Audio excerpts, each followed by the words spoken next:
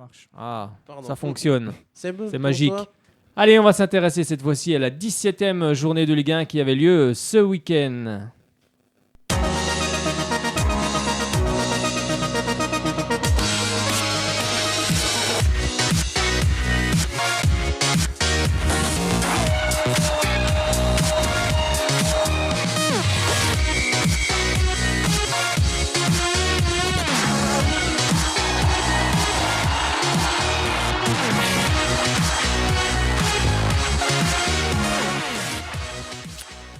On part cette fois-ci du côté de la Ligue 1 avec la 17e journée. On le rappelait à l'instant, ce vendredi, il y avait un match avancé avec Bordeaux qui recevait Strasbourg. Strasbourg qui restait sur une bonne dynamique. Strasbourg avait battu le Paris Saint-Germain au stade de la Méno 2-1 et avait envie de faire quelque chose du côté de Strasbourg. Ça va bien commencer pour les Strasbourgeois. Dès la deuxième minute de jeu, c'est Bauken qui ouvre le score, pas le sport, parce que le sport, il le faisait déjà sur le terrain. Et ensuite, c'est Dimitri Liénard à la 38e minute de jeu qui va offrir le doublé pour l'équipe strasbourgeoise avant que Martin Terrier à la 64e parachève le score en tout cas et le résultat pour cette équipe de Strasbourg qui s'impose 3-0. Décidément, rien ne va plus du côté de Bordeaux. On va entendre la réaction de Jocelyn Gourvenec. Bien sûr, c'est une très mauvaise soirée, plus la blessure d'Alex Mendy et Kader Mangane, le capitaine du Racing Club de Strasbourg. Le bloc a bien bossé ce soir, c'est un superbe résultat. Écoutez, on va dire qu'on a bien défendu. On a voulu faire un bloc d'équipe très bas pour leur poser de problèmes parce qu'on sait que c'est des joueurs, si tu ne les laisses pas d'espace, ils n'auront pas beaucoup de missions à nous poser de problèmes. Le bloc a bien bossé et on peut être satisfait de notre travail ce soir. Oui, on va dire que voilà, il y a la réussite aussi, il faut l'avouer. Battre PSG, c'est pas évident. On avait beaucoup de réussite sur ce match-là. Comme je dit ce soir, on a voulu aussi poser de problèmes Bordeaux. On les a posé de problèmes, mais on a été surtout réalistes et costauds et avec des joueurs devant qui ont posé pas mal de problèmes aux défenseurs bordelais. Là, on va essayer de prendre le maximum de points. Ce soir, c'est 3 points. Il nous reste encore 6 points en jeu, donc on va essayer de prendre le maxi. Tout a très mal tourné. Sur l'entame, avec un but au bout de 2 minutes, un coup franc magnifique qui nous met un coup sur la tête et qui a boosté terriblement les Strasbourgeois. Nous, on a eu beaucoup de situations de manière laborieuse, mais beaucoup de situations devant le but où on aurait pu jouer 2 heures, on n'aurait pas marqué. C'est vraiment une soirée difficile parce qu'on avait ce soir tout a très mal tourné. Le pompon de la soirée, c'est la blessure d'Alex Mendy. En toute fin de match, on a fini à 10. Il a un problème au genou et on est assez inquiet. Voilà, c'est vraiment une très très mauvaise soirée à oublier évidemment. Et oui, une soirée oubliée du côté de Bordeaux et du côté des hommes de Jocelyn Gourvenec. Décidément, rien ne réussit à cette équipe bordelaise. Alors que Strasbourg, les hommes forts sont présents. Terrier, Liénard et puis je ne sais plus comment il s'appelle le premier. Bauken, voilà, c'est des noms qui reviennent semaine après semaine. Oui, puis bon, ils sont sur une bonne dynamique, ils viennent de battre le Paris Saint-Germain, donc forcément, tu es un peu plus confiant quand tu commences les rencontres. Allez, on part ce samedi avec le match à 17h entre le Paris Saint-Germain qui recevait Lille. Et ça a fait 3-1 pour Paris avec Angel Di Maria qui va inscrire le premier but à la 28e minute de jeu. Javier Pastore la 49e. Des joueurs qui d'habitude ne sont pas alignés. Mais là, il y a un petit turnover du côté justement d'Unai Emery avec Kylian Mbappé qui va clore la marque à la 90e. Et c'est pourtant El Ghazi, le Lillois, qui allait réduire le score à la 86e minute de jeu. Mais bon, ça joue à Paris. Paris a été supérieur dans cette rencontre et s'impose 3-1. On va entendre justement la réaction de Javier Pastore qui lui revient sur les 3 points qui sont très importants et on est toujours en tête. Et Fernando da Cruz, donc le nouvel entraîneur de cette équipe de Lille, qui lui parle surtout de l'arbitrage. Oui, ils sont très importants parce qu'on fait tout pour gagner ces matchs-là, parce qu'on vient de 2 défaites. Mais bon, Lille, il a joué très bien aussi. Il a oublié nous de rester concentrés jusqu'à la dernière minute. Mais bon, la chose plus belle, c'est qu'on a gagné les 3 points et on est premier encore des championnats. Et on va essayer de rester comme ça jusqu'à la fin. On ne peut pas parler de déplacement positif. Ce qu'il y a eu, c'est des éléments positifs. Dans la mesure où on les a embêtés, où on prend un premier but hors-jeu, parce que j'ai revu les images et aujourd'hui j'ai quand même un questionnement qui est relativement concret, dans la mesure où la semaine dernière on prend un penalty imaginaire contre Toulouse qui aurait pu nous coûter 2 points et où Mike Maignan a fait le nécessaire. Aujourd'hui, ce qui me fait me poser des questions, c'est quand même ce but où on voit bien Mbappé hors-jeu, mais surtout, je vous demanderai de regarder l'alignement de l'assistant, qui est sur la même ligne qu'Mbappé, qui je pense est le seul à ne pas le voir. Donc si vous voulez, bout à bout, ça fait quand même pas mal de décisions contre nous. Et ensuite, il y a l'histoire des cartons. Regardez le carton de Benzia et regardez l'agression de Verratti, qui s'en sort avec 0 carton. Regardez les cartons qu'on prend et regardez le coup de pied d'Mbappé sur Edgar Ley, qui ne prend pas de carton. Voilà, aujourd'hui, même si ce n'est pas à cause de l'arbitrage qu'on a perdu le match, je pense quand même qu'il y a eu un arbitrage à 2 vitesses. Un arbitrage à 2 vitesses selon Fernando da Cruz. Bon, pourquoi pas, mais bon. C'est toujours pareil, quand on perd un match, on essaie de se réfugier derrière des choses. C'est vrai que cette équipe de Lille n'est pas forcément très bien en ce moment, mais bon, après, sur la rencontre, bon, Paris était quand même, pas pour moi, supérieur.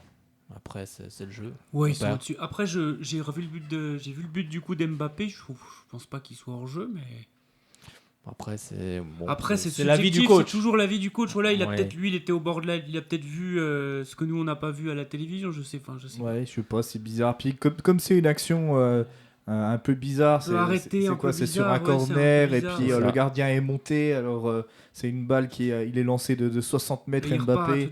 On regarde pas forcement s'il y a hors-jeu ou pas à ce moment-là. À combien ils l'ont flashé? On se dit est-ce qu'il va y aller Mbappé? ou pas? 37. Je sais plus, mais ouais, 37 c'est ça. 37 km/h. 37 km/h. Bon, je pense que l'arbitre de touche. Oui, voilà, je pense qu'il n'a pas eu le temps de comprendre. Le temps qu'il s'aligne, c'est déjà fini, quoi. Par contre, le turnover d'Emery, moi je trouve ça quand même un petit peu. Je sais pas, est-ce que les joueurs vont se sentir vraiment concernés? Là, ils jouent un peu les matchs moins importants depuis quelques matchs, Pastore, Di Maria, ça, mais du coup, ils se sentent bien qu'ils sont dans l'équipe bis, quoi. Ah oui, bah après, de toute façon, un entraîneur a toujours une équipe type, de toute façon, dans sa tête, déjà. Il y a toujours une équipe type, et après, il y a des joueurs qui sont peut-être pas forcément laissés sur le côté, mais bon, après, il n'y a que 11 joueurs qui peuvent jouer, quoi. Il faut aussi des remplaçants, et c'est vrai que pour le moment, Angel Di Maria et Javier Pastore font plus partie du banc, mais ils serviront aussi dans la saison parce qu'il y a des blessures, il y aura des blessures. Paris joue beaucoup de matchs dans une saison, donc forcément, à un moment donné, on aura besoin d'eux aussi également. Plus les 2 coupes, la Ligue des Champions, plus oui, c'est ça. Donc, Javier Pastore, il voulait partir. Finalement, maintenant, il est revenu peut-être un peu sur sa décision. Ouais, il voit qu'il joue un peu. Donc finalement, il va peut-être rester. Et puis peut-être qu'il voit aussi qu'à Paris, il y a un vrai projet. La Ligue des Champions, ils veulent la gagner. Donc, bon, c'est un sacré luxe quand même, Pastore et Di Maria sur le banc. Oui. Oui, c'est pas mal. Ouais. Oui, c'est un sacré luxe, comme tu le rappelles. Allez, on passe cette fois-ci à Monaco qui recevait l'équipe de Troyes. Et Monaco va renverser ce match parce que dès la 25e minute de jeu, c'est l'équipe de Troyes qui va mener 1-0 et ensuite 2-0 à la 50e d'un doublé de Suk Yoon Jun. Je l'ai bien prononcé.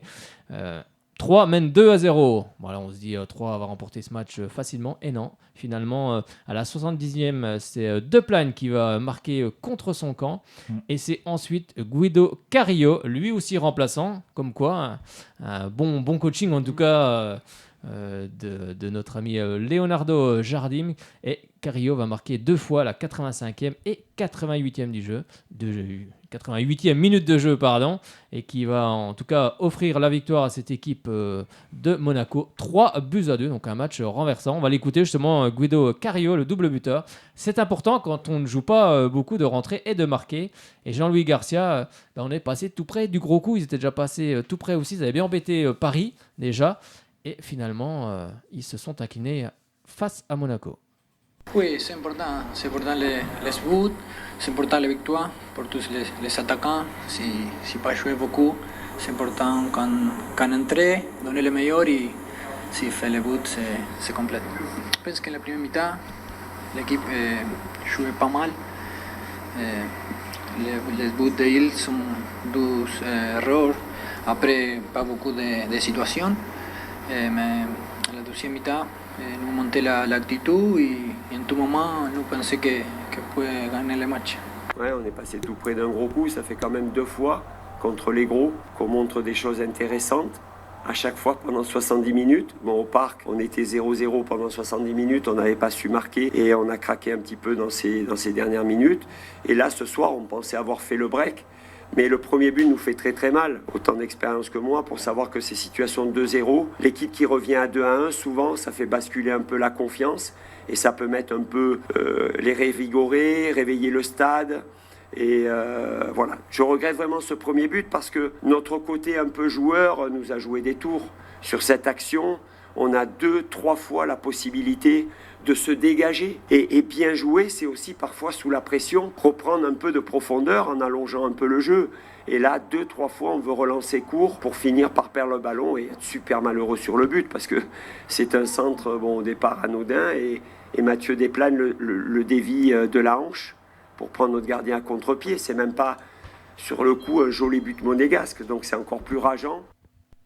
Ben oui, c'est encore plus rageant. C'est sûr qu'ils sont passés tout près du gros coup, les hommes de Jean-Louis Garcia. Et finalement, ça passe à côté. Tu voulais réagir, non, Élie, non ? Non, je me disais oui, c'est vrai que c'est dommage. C'est dommage de mener 2-0 pour une équipe comme 3. Bah oui, c'est sûr que c'est pas mal, surtout qu'ils avaient bien tenu face au Paris Saint-Germain. Voilà, puis Mais ils vont apprendre, on justement. a qu'au doute, donc c'était le moment d'aller les chercher. Oui, c'est ça. Mais comme on disait hors antenne, il y a eu des occasions. Ouais, quoi. voilà, ils se ont sont beaucoup donné d'occasions, ouais. Monaco. Ouais. Ils se donnent les moyens de gagner quand même. Hein. Oui, c'est sûr. Après, comme on le disait, tu reviens à 2-1. Bon, l'équipe en face, elle est motivée. En plus, c'est Monaco. Hein, c'est pas des manchots non plus. C'est une équipe de qualité, même si en Ligue des Champions, elle n'a pas fait honneur à son rang. Mais Moutinho a fait de belles choses, beaucoup de pieds arrêtés. Oui, puis après, ils ont un Guido Carillo qui a mis des beaux buts, parce que la tête des croisés, il faut la mettre. C'est pas tout le monde qui peut mettre ce genre de but. Et voilà, un joueur frais, un joueur qui arrive, un joueur qui se pose pas de questions. Il arrive du banc, il joue pas souvent et il plante. C'est la meilleure, en tout cas, oui, c'est ça, un joker de luxe, si on peut dire. Allez, on part du côté de Toulouse. Toulouse qui a besoin de points et Toulouse qui recevait l'équipe de Patrice Garande, c'est-à-dire le Stade Malherbe de Caen. Et c'est Toulouse qui va s'imposer 2-0. Un but offert par Caen par Damien Da Silva à la 61e minute de jeu, un but contre son camp. Et ensuite, sur penalty, Max Gradel à la 74e minute de jeu vont offrir la victoire aux hommes de Pascal Duprat. Mais on n'entendra pas Pascal Duprat, parce que Pascal Duprat a dû s'absenter. C'est son adjoint, Mickaël Debève, qui lui a dit on a fait du bon boulot cette semaine, c'est un groupe qui travaille bien et le coach les a félicités à la fin de cette rencontre, mais il a dû s'en aller pour raison personnelle. Et Patrice Garande, il y a eu des sortes d'attaquants, ceux qui marquent et ceux qui ne marquent pas. Mais moi je suis assez d'accord avec lui. Oui, il a dû quitter rapidement pour raison personnelle.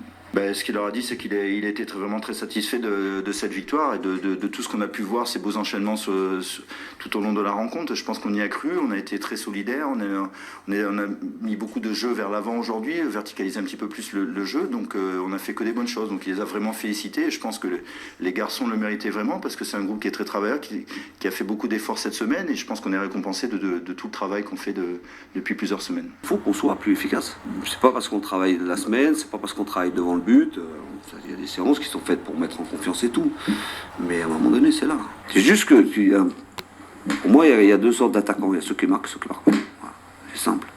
Et un attaquant, il n'existe qu'à travers les buts qu'il met. Donc je voudrais bien que ça rentre parce que je trouve que voilà, il y a des choses dans le jeu, c'est intéressant. Mais si c'est pour être stérile comme ça, c'est difficile. C'est difficile, c'est vrai, il y a des attaquants qui marquent et ceux qui ne marquent pas. Donc c'est sûr, pour un attaquant, c'est quand même mieux de marquer. Je suis assez d'accord avec lui, n'est-ce pas, messieurs ? Oui, c'est sûr. À moins qu'il fasse des passes décisives, mais c'est vrai que si votre attaquant est à 0 but à la fin de la saison, c'est compliqué. Ça n'aide pas beaucoup l'équipe. C'était le grain de sel de Garande. C'est ça, c'était le grain de sel de Guérande, c'est ça ? De Guérande, bien joué. Allez, on part du côté d'Angers. Angers qui recevait une équipe de Montpellier toujours difficile à jouer. En tout cas, on espère qu'elle jouera un peu moins bien du côté de Pontarlier le 6 janvier. Parce que je vous rappelle, il y aura le match de Coupe de France entre le CA Pontarlier et Montpellier. Ce sera au stade Paul Robe à partir de 15h. Eh bien, qu'ont fait ces deux équipes ? Eh bien, c'est justement un match nul. Un but partout avec un but marqué par Mbenza pour Montpellier à la 51e minute de jeu avant que Karl Toko et Cambi n'égalisent 5 minutes plus tard à la 56e. Et ça va finir sur un match nul, un partout. Jamais facile d'aller s'imposer du côté d'Angers. Alors on va entendre la réaction de Stéphane Moulin, avec qui lui il dit Montpellier n'a pas perdu chez les gros du championnat.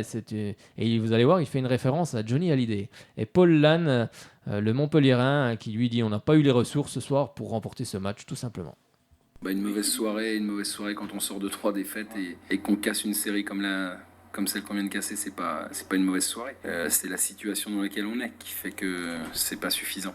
Mais je crois que Paris, Lyon, Monaco et Marseille n'ont pas réussi à battre Montpellier non plus. Donc on savait à qui on avait affaire. Non, le seul regret justement, c'est d'avoir trouvé la faille pour marquer un but et puis de l'avoir trouvé à 2 ou 3 reprises et ne pas avoir concrétisé ses opportunités. Voilà, pour le reste, sur l'investissement des joueurs, sur ce qu'on avait mis en place, je trouve que ça a plutôt bien fonctionné. Et j'ai vu des joueurs ce soir qui ont donné une réponse sur l'envie d'avoir envie.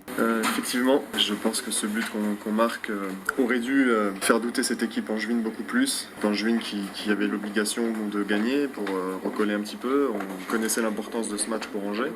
Le fait de marquer en début de deuxième mi-temps, à un moment plus important du match, effectivement aurait dû nous permettre d'avoir un peu plus de sérénité sur la fin du match et de gagner. Malheureusement, on n'avait pas les ressources ce soir, on a trop reculé. Ils reviennent au score un peu rapidement et ensuite, avec l'aide de leur public, ils ont tout fait pour l'emporter. Mais je pense que il faut s'en contenter ce soir parce qu'on n'avait pas particulièrement les ressources en deuxième mi-temps pour faire mieux.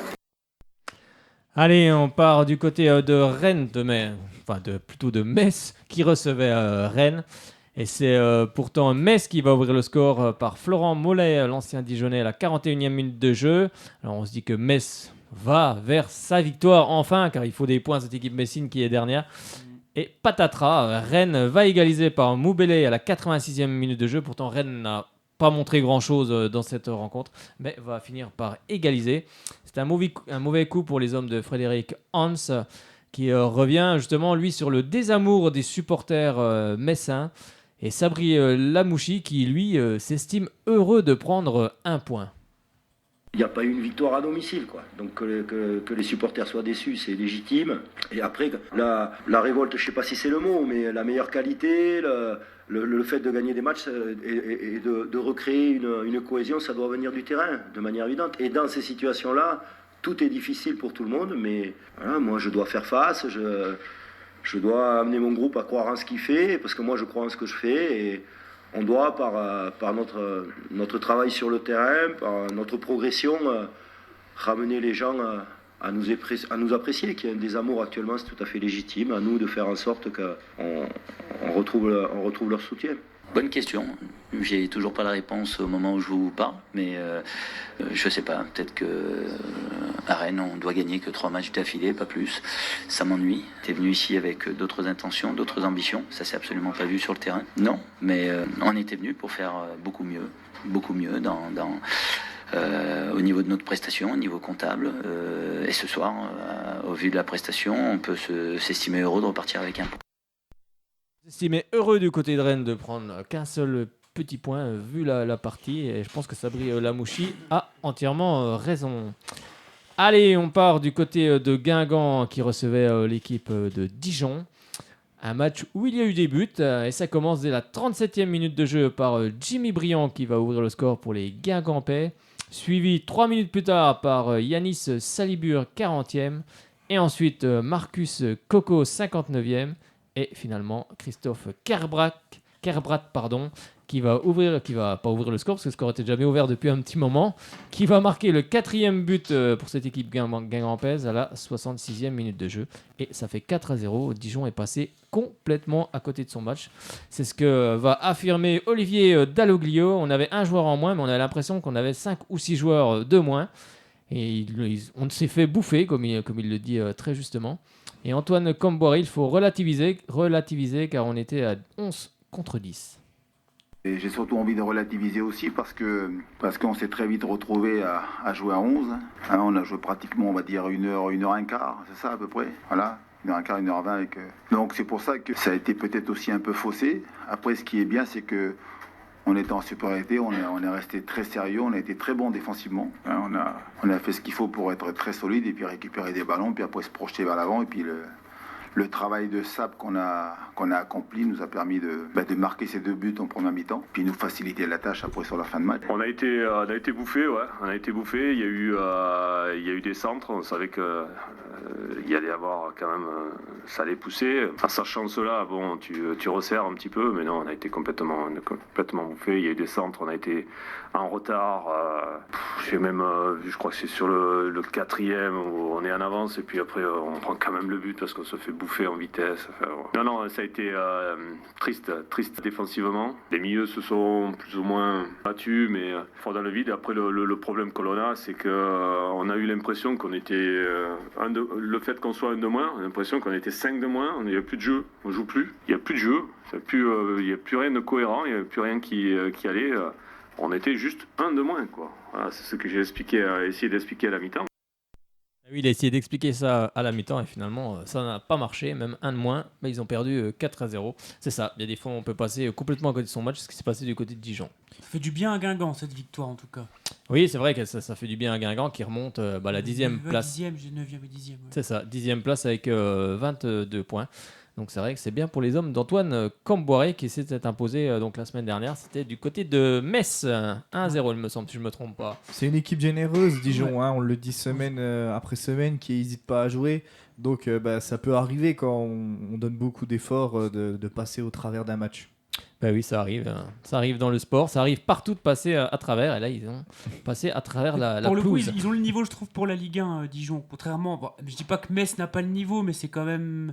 Quand on regarde, oui, non, il n'a pas vraiment le niveau pour jouer en Ligue 1. Alors quoi, je sais pas, Dijon, il y a quelque chose. Il y a du jeu, il y a quelque chose. Voilà, depuis le début de saison, ils ont eu un début de saison compliqué parce qu'ils ont joué contre les plus gros. Ouais, en plus, donc forcément, ils ont perdu des matchs.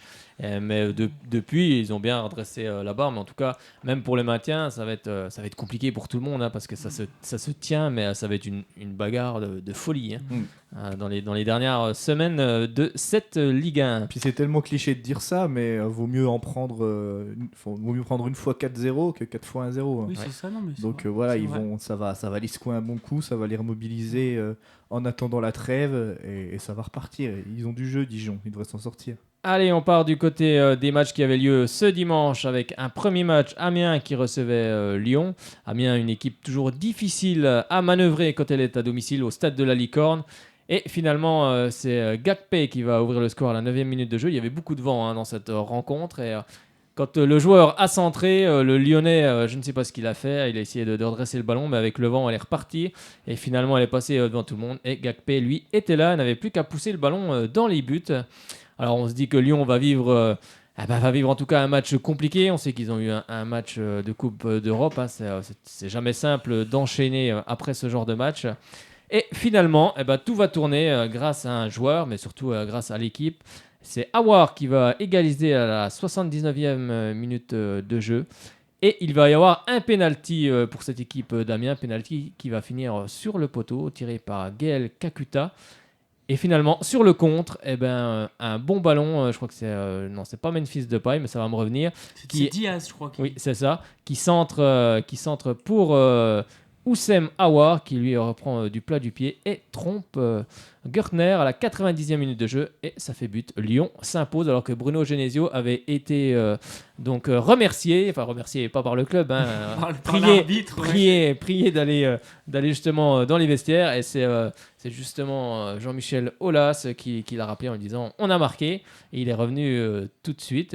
D'ailleurs, il faut signaler aussi qu'au stade de la Licorne, il y a eu aussi un incident avant le match, donc comme on le rappelait tout à l'heure, qu'il y a eu des vents très forts. Ça a entraîné le décrochage d'un projecteur qui menaçait donc la sécurité des spectateurs. La conséquence, c'est que l'une des tribunes d'Amiens a dû être évacuée par précaution. Décidément. Ça va encore passer inaperçu comme la dernière fois. Mais non, regarde, on en parle. Ils vont rejouer le match contre Lyon et puis ils vont avoir un 1-0 chanceux comme contre Lille et ils vont prendre 6 points alors qu'ils ont leur stade qui part en cacahuète. Là, c'est terminé. On regardait d'ailleurs tout à l'heure le but, on voyait le deuxième but d'Aouar. On se demande un peu ce qui se passe parce que Fekir télescope Diaz dans la surface, ensuite il met un espèce de ballon enveloppé au deuxième poteau. Oui, c'est vrai qu'ils ont eu de la réussite quand même sur ce ils ont eu de la réussite. Mais ils l'ont provoqué aussi. C'est ça, c'est qu'ils l'ont cherché. Il y a et puis Diaz, il plante quand même. Diaz, il est bon. Oui, ça va être un très bon joueur. Après, c'est un jeune joueur aussi. Je crois qu'il a 23 ans. Donc ou 22 ans, enfin 22 ou 23. Ouais, 22, ouais. ouais. Donc, 21, oui, par là-dedans. il faut qu'ils prennent de l'expérience. Allez, on va écouter la réaction d'Harrison Manzala. Il dit tout simplement, c'est une équipe de haut niveau, ils nous ont tués. Et Bruno Genesio, c'est jamais facile de venir gagner à Amiens. Ouais, c'est cruel, on avait le match en main. Voilà, on a l'occasion de mettre un penalty, on rate malheureusement. Après, ils ont 2 actions, ils la mettent au fond. C'est une équipe de haut niveau, ils nous ont tués. Ouais, on s'est battu avec nos armes, on les a assez dérangés.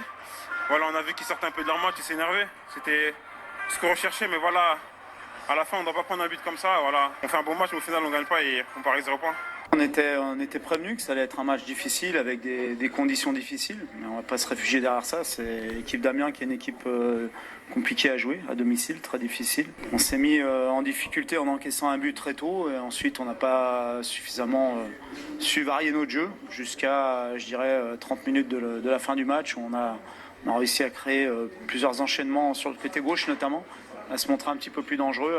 Après, il y a eu un peu de folie en fin de match avec le pénalty raté d'Amiens qui est certainement le tournant du match. Et puis le deuxième but que je n'ai pas vu puisque j'étais dans le couloir. On reste devant Monaco surtout, ce qui était important. Et avant le match de ce soir, donc on va pouvoir regarder tranquillement et surtout avant le match contre Marseille la semaine prochaine chez nous, il était important d'être dans ce peloton des 3 équipes qui sont derrière Paris. 3 équipes qui sont derrière Paris, c'est important de rester en tête. Allez, à 17h, il y avait Nantes qui recevait Nice. Nice qui sortait aussi d'un match de Coupe d'Europe et qui a envie de faire des choses du côté de Nantes, du stade de la Beaujoire. Et c'est finalement Nice qui va s'imposer 2-1. Des buts signés déjà tout d'abord Yacine Bamou à la 12e minute de jeu, entaché peut-être d'une faute au milieu de terrain où un joueur niçois se fait bousculer. Mais en tout cas, l'arbitre laisse jouer. Et c'est Bamou qui va marquer. Et ensuite, c'est Alassane Pléa sur un corner qui va égaliser la 42e minute de jeu avant que l'inévitable Balotelli n'offre la victoire à cette équipe de Nice à la 75e minute de jeu. On va entendre la réaction de Claudio Ranieri qui dit « On a fait des bonnes choses et des moins bonnes choses ». Et Lucien Favre, finalement, la victoire n'est pas imméritée pour lui. On a gardé bien le ballon, on a essayé de faire bonnes choses. Mais les dernières passes ou les frappes étaient pas suffisantes pour gagner le match. Donc, pour une chose, je suis content et satisfait. Pour autre chose, je suis un peu déçu parce que le premier but était en manquance d'attention. Et le deuxième était Balotelli. Tout le monde connaît Balotelli. On doit suivre, améliorer, à travailler et c'est comme ça. Satisfaction déjà pour ce qu'on a produit comme jeu, parce qu'on a voulu déjouer le FC Nantes, qui n'est pas facile à déjouer, c'était pas mal, et la victoire n'est pas imméritée sur l'ensemble du match. Après, on a fait quelques cadeaux sur des passes qu'on ne doit pas perdre, que ce soit au milieu, devant, derrière, etc., des petites erreurs technique et puis ça peut coûter très très cher parce qu'en contre-attaque c'est une équipe qui va terriblement vite quoi. Et oui, une équipe qui va terriblement vite, le FC Nantes, c'est vrai qu'ils ont des attaquants qui vont très vite, qui sont très rapides, très vifs, mais en tout cas cette équipe de Nice s'est imposée. Allez, dernier match de cette 17e journée avec l'Olympique de Marseille qui recevait une équipe de Saint-Etienne très mal en point. Finalement, ce match ne va pas les rassurer car ils s'inclinent 3-0. Des buts signés Valère Germain, 11e minute de jeu. Valère Germain, le doublé, 71e. Et un autre but, un 3e but pour Lucas Ocampos à la 80e minute de jeu face à une équipe de Saint-Etienne. Bon alors, plus que décevante. Saint-Etienne est quand même mal barré dans ce championnat, en tout cas s'ils abordent les matchs avec...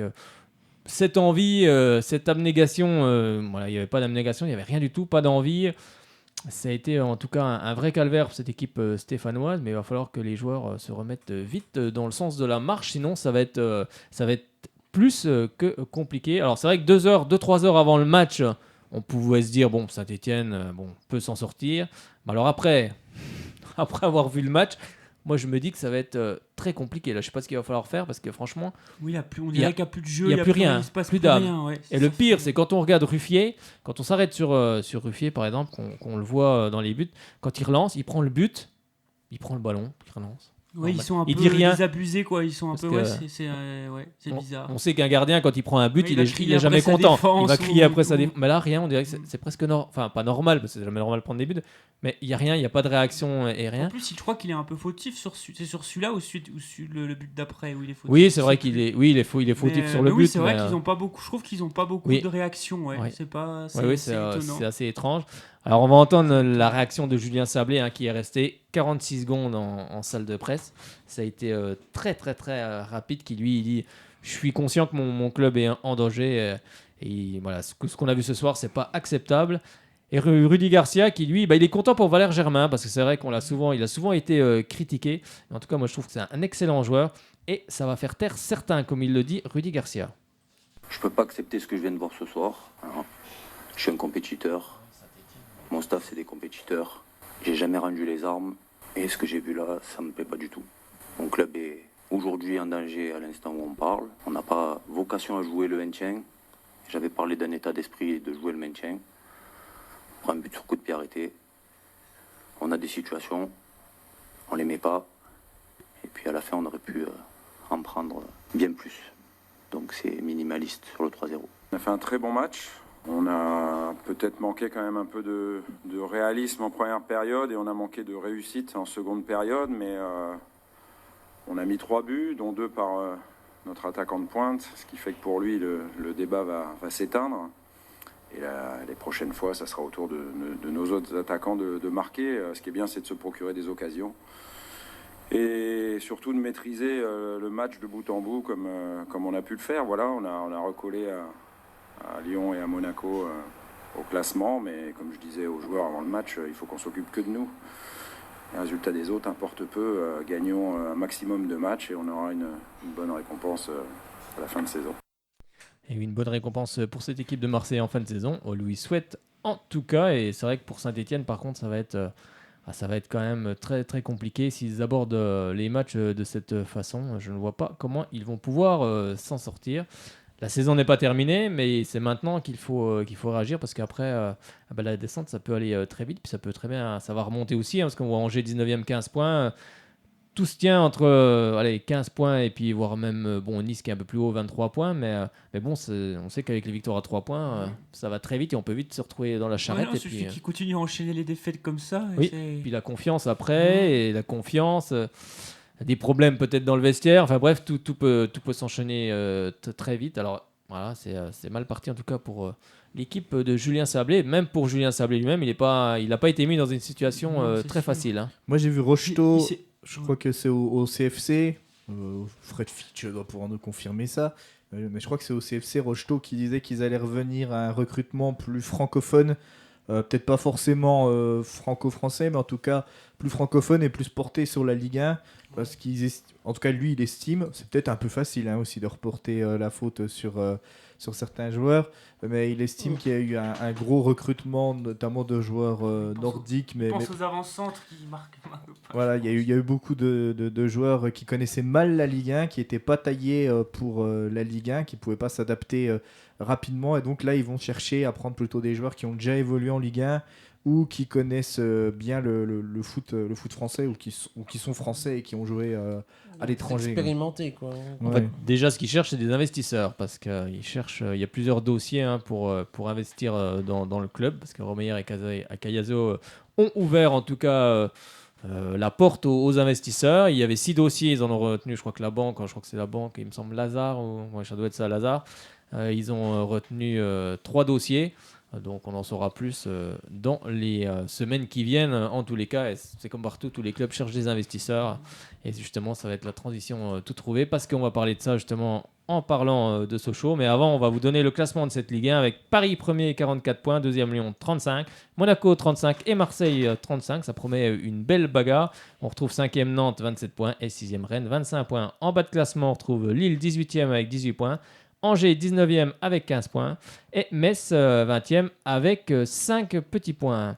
Allez, maintenant on va s'intéresser à la Ligue 2, on va parler de votre club, le Football Club Sochaux Montbéliard et tout ce qui s'est passé notamment du côté de la Ligue 2 car il y a eu quelques surprises, on va en parler aussi d'Auxerre puisque notre ami Elie supporte Auxerre avec le limogeage de Francis Gillot après la défaite contre Châteauroux. Mais avant, on va vous passer le petit jingle. Ah moi je voulais mettre l'hymne plutôt. L'hymne de Sochaux. Ah bah tu peux mettre l'hymne de Sochaux bien évidemment, c'est c'est pas moi quand qui même. c'est pas moi qui vais t'en empêcher, bien au contraire.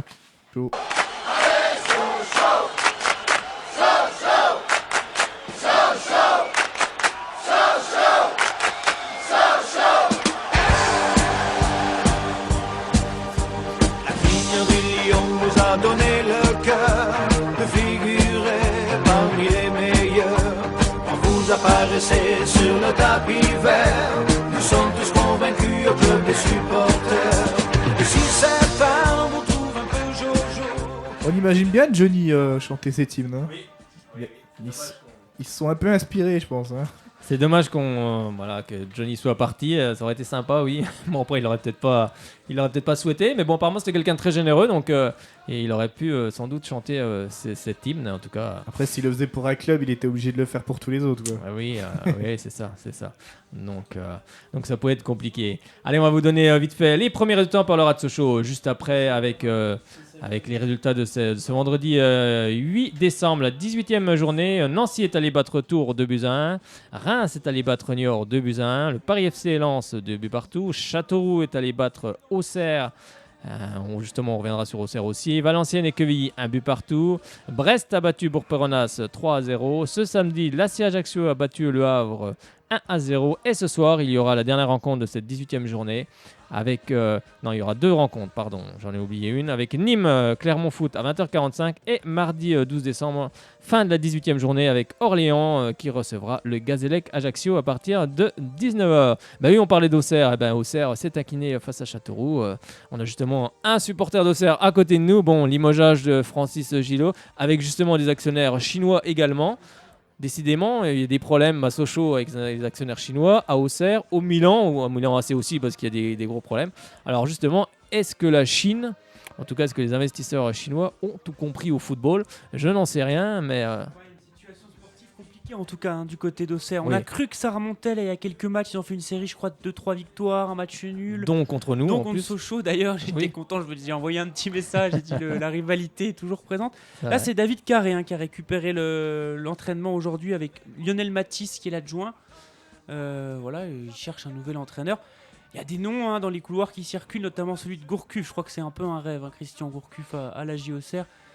Pablo Correa aussi, il en parie arrière, Correa, qui était plutôt ouvert au championnat espagnol, mais pourquoi pas Auxerre. Mais c'est un autre style. Hein. Oui, voilà, pas pareil. moi je préférerais Gourcuff pour le coup, au moins pour se maintenir, parce qu'attention, le classement, là, la saison n'est pas finie. 19 points ou 18 points en 19 matchs, c'est ça ou c'est l'inverse ? Oui, c'est ça, ils ont 19 points en 18 matchs. Ils prennent pas mal de buts, ils perdent beaucoup à domicile. Ils se sont reposés un peu sur un seul joueur, un attaquant qui marque plus non plus. Là, je pense qu'il va falloir qu'ils fassent du ménage aussi, mais je sais pas si c'est lié du coup à ces repreneurs. En tout cas, c'est vrai que niveau sportif, c'est très très compliqué. Puis voilà, le recrutement n'a pas été génial. Et pourtant, au début, tout le monde disait Auxerre recrute bien, des bons joueurs et tout. Et finalement, comme quoi, l'alchimie ça ne pas prend marché. pas. Voilà, les joueurs ensemble ça n'a pas matché. C'est ça. Et c'est bien dommage. Et puis attention à la fin. Et c'est le centre de formation qui finalement n'est plus aussi compétitif qu'avant. C'est ça aussi, c'est aussi un gros problème. Ce qu'il faut pas oublier avec Auxerre, c'est que c'était quand même un miracle, quoi. Ça a été un miracle permanent pendant 20 ans, de 81 à 2014, 2013. Voire même avant, quand ils étaient en Ligue 1, deuxième division et même nationale. C'est quand même une petite ville. Avec des petits moyens, et il a fait quelque chose d'extraordinaire, Giroud et puis toute l'équipe de la GIA. Ils sont quand même allés en Ligue des Champions. On se souvient de match contre Dortmund. Je m'en souviens bien. Justement, cette Ligue des Champions, je pense, leur a fait beaucoup de mal. Oui, la dernière. La dernière a fait beaucoup de mal. La dernière place avant que Cissé s'en aille, ça doit être ça, non ? Le dernier. C'est ça. C'est ça. Donc c'est compliqué. Allez, on part du côté de Lorient où jouait le FC Sochaux Montbéliard avec pourtant l'ouverture du score par Florian Martin à la 55e minute de jeu sur une belle passe de Aldo Kaloulou. Et finalement, en fin de rencontre, c'est Denis Bouanga qui va égaliser à la 82e minute de jeu. Avant que Adolphe Tequieux nous fasse admirer sa glisse, les deux jambes en avant et fauche un joueur de Lorient. Carton rouge direct, pour moi tout à fait logique. Et ensuite, c'est Lindsay Rose à la 87e minute de jeu qui va offrir la victoire à cette équipe de Lorientaise. Beaucoup de regrets quand même dans cette rencontre où Sochaux a très bien joué pendant 80 minutes. Et ensuite, il y a eu 10 minutes très compliquées et finalement, on perd 3 petits points. On va écouter justement le résumé de cette rencontre avant de prendre un auditeur. C'est ça, Fred ? On va écouter le résumé. Après, on prendra l'auditeur. 2 points d'écart entre Lorient 6e et Sochaux 9e. Des Lorientais qui ont des difficultés ces derniers temps à enchaîner les bons résultats à domicile, ils veulent absolument s'imposer. Ils viennent en plus de gagner leur match de Coupe de France 6-1 à Séné, équipe de 8e niveau. Michael Landreau veut absolument avoir une équipe entreprenante et c'est le cas en première période avec ce ballon bien donné dans la surface. Le tir à angle fermé, c'est sur le poteau. Première occasion importante pour les Merlus. La réponse sochélienne avec une volée acrobatique. Magnifique tentative pour Johan Tousgar. Ça ne passe pas, 0-0 à la mi-temps. Pas assez d'occasions dans ce match. Ce n'est pas encore suffisant pour l'équipe bretonne. En seconde période, Sochaux a toujours quelques opportunités de faire mal. Et notamment grâce à l'un de ses meilleurs joueurs, Florian Martin. 1-0 pour Sochaux à la 55e minute. Le 10e but de cette saison pour Martin. Un superbe but et une catastrophe pour Lorient qui continue à être très mal ces dernières semaines. Mais la réaction intervient à la 81e minute, avec ce but de Denis Bouanga, l'international gabonais, marque son 7e but de la saison. Lorient se relance. Le match est un petit peu plus nerveux, un peu plus tendu, notamment sur ce tacle d'Adolphe Tequieux. Et l'international camerounais est exclu directement par Alexandre Castro pour ce tacle trop dur sur Denis Bouanga. 11 Lorientais contre 10 Sochaliens pendant encore quelques minutes. Et ça suffit à Lindsay Rose pour marquer le but de la victoire à la 87e minute. Sur ce centre de Majid Waris, premier but depuis 5 ans pour Lindsay Rose. Et Lorient qui retrouve le chemin de la victoire à succès 2-1 contre Sochaux. Ben oui, 2-1 contre Sochaux. Beaucoup de regrets pour cette équipe sochalienne. Ben justement, on va en parler avec l'auditeur qui vient de nous appeler. Bonsoir, c'est Bernard, il me semble, c'est ça ? Oui, bonsoir Fred. Bonsoir Bernard, comment ça va ? Oui, ça va. Comme je disais le Fred tout à l'heure, ça fallait mieux si on avait gagné, quoi. Bah oui, c'est dommage quand même. Ouais, mais moi je trouve que quand même le carton rouge il est sévère quand même. Ah, moi je trouve qu'il est logique, mais après. Ouais, bon. mais pour moi il n'a pas l'intention de faire mal quand même. Ah, il y va quand même gaiement, on va dire. Comment dirais-je, il enlève le plomb, quoi. Après, voilà, quoi. Il enlève le ballon, mais bon, il aurait pu enlever la jambe aussi. Donc, oui, s'il il joue pas vraiment le ballon. Moi, je pense qu'il pouvait rester à côté de lui. Il aurait pu l'accompagner, rester à côté de lui, l'accompagner sans pour autant se jeter comme ça. Ouais, mais comme je disais avec les collègues ce matin au boulot, à ce moment-là, si on met carton rouge là, on en met un pour le 15 d'orienté. Quand Martin il part tout seul qui arrache l'épaule. Oui, aussi, c'est pareil, c'est une faute. Là, à ce moment-là, moi je suis l'arbitre, c'est moi l'arbitre quand je mets un rouge. Là, j'hésite pas, quoi. Oui, après, bon, c'est. Mais moi, je trouve qu'il est sévère. Oui, après, c'est sévère selon toi. Moi, je trouve qu'il est logique, mais bon, après, c'est. Bon, chacun a son analyse. Chacun a son opinion. Oui, après, voilà, exactement. Mais comment dirais-je, ça me fait penser un peu quand Sochaux était en Ligue 1, avec le tacle de Kurt Zouma sur Gerber. Ça me fait un peu penser à ça, quoi. Ah bah là, il y avait eu quand même, il y avait quand même eu de la casse. Gerber est parti pendant 6 à 8 mois. Et ensuite, il a eu beaucoup de mal à revenir. Donc là, c'était plus sévère et c'était plus spectaculaire quand même. Oui, mais je pense que quand même, M. Castro a quand même dû aller voir le joueur lorientais quand même pour savoir ce qu'il avait quand même. Bon, après, le joueur lorientais a bien joué le coup. Il a hurlé un bon coup. Bon, après, c'est de bonne guerre aussi. Bon, je pense que je trouve qu'il en a rajouté un peu quand même. Oui, après, il en a rajouté sans doute. Alors oui, c'est le jeu aussi, mais c'est vrai qu'à ce moment-là de la partie, je pense que ça aurait été plus judicieux d'accompagner le joueur, de rester à côté de lui. Oui, je pense aussi, parce que c'est dans ma compagnie qui aurait resté à côté de lui. Bon, à un moment donné, il aurait centré, peut-être qu'il aurait peut-être foutu un corner ou en tout. Oui, c'est ça. Puis c'est pas un jeune. Et puis après, c'était réglé, quoi. C'est pas un jeune joueur, Tequieux, donc il a l'habitude, il a l'expérience. Il doit pas se jeter comme ça. Bon, après, c'est comme ça. Des fois, on contrôle pas, ça part et puis Et puis après, c'est rouge. Mais bon, c'est vrai que c'est dommage, car on avait 3 points qui nous tendaient les bras. Mais c'est aussi dans cette optique-là qu'on peut se dire que l'équipe, elle est peut-être pas assez costaud, justement, dans ces moments-là. Ah, mais je pense que... Bon, je critique pas l'entraîneur de Sochaux, parce qu'il fait du très bon boulot. Non, on critique pas. Mais je pense que... Moi, quand... Moi, à la place de sortir... Je sais plus qui c'est qu'il a sorti. C'est Bas, je crois qu'il a mis. Oui, c'est ça, il a sorti la Djiba. Il a sorti Martin aussi, Martin blessé. Martin sur blessure, sans doute une élongation. Oui. Oui, mais je pense que moi, j'aurais laissé Bas au milieu de terrain, j'aurais sorti Tousgar. Et à la place de Tousgar, j'aurais mis Ruiz, avant que Teku prenne le rouge. Ouais, après. J'aurais cadenassé derrière. Oui, c'est sûr, c'est une solution aussi. Bon, après, je pense qu'il ne pouvait pas prévoir que Teku allait prendre un rouge, quoi. Oui, voilà aussi. Il y a ça aussi, après, quoi. Oui, c'est sûr. Après, c'est son choix à lui, quoi. Voilà, quoi. Oui, bon, ils se rattraperont à Clermont. Ils vont se rattraper du côté de Clermont. Oui. J'espère. Oui, mais comment dirais-je aussi mais c'est dommage, parce que on prend 0 points alors qu'on avait 3 points à portée de main, quoi. Bah oui, c'est ça qui est rageant. Oui, c'est ça qui est. Les regrets sont comme tu l'exprimes si bien, sont là. Oui, c'est vrai que c'est rageant parce que on pouvait prendre 3 points et surtout face à une équipe de Lorient qui était mal en point en ce moment. C'était compliqué pour eux. Mais il faut mettre ce deuxième but. Il fallait mettre ce deuxième but pour les tuer tout simplement. Oui, je pense qu'on aurait pu mettre le deuxième avant que Lorient égalise. C'est ça. C'est tout. De toute façon, quand tu mènes à 0, t'es jamais à l'abri tant que t'as pas mis le deuxième but. Hein. Non, mais c'est sûr. Parce que les occasions, on les a. Hein. Oui, on les a. Pour mettre le deuxième. Hein. Les occasions, on les a. Notamment sur un dégagement du gardien de Lorient que Martin ne la contrôle pas. Parce que si Martin il la contrôle, il est au fond. Hein. Oui, c'est ça. Il a l'entrée de la surface. Après, il va pas poser de questions, il va frapper. Oui, après, c'est des occasions. C'est comme ça. Il a quoi alors? Il a une élongation apparemment. Apparemment une élongation. Après, je pense qu'on en saura plus sur la gravité de la blessure. Mais bon, oui, c'est une élongation. C'est sûr qu'il y a plusieurs joueurs. Justement, Peter Zedler le soulignait dans sa réaction d'après-match. Ils vont regarder quand même parce qu'il y a quand même beaucoup de joueurs qui se sont blessés. Et c'est ce qu'il a dit l'après-match. Il a dit 4 blessés en 15 jours, ça fait beaucoup qu'il a dit. C'est ça.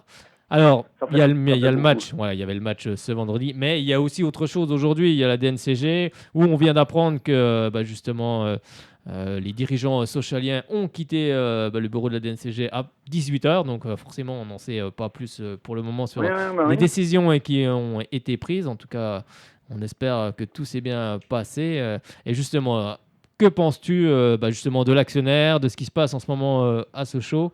Est-ce que toi tu es inquiet?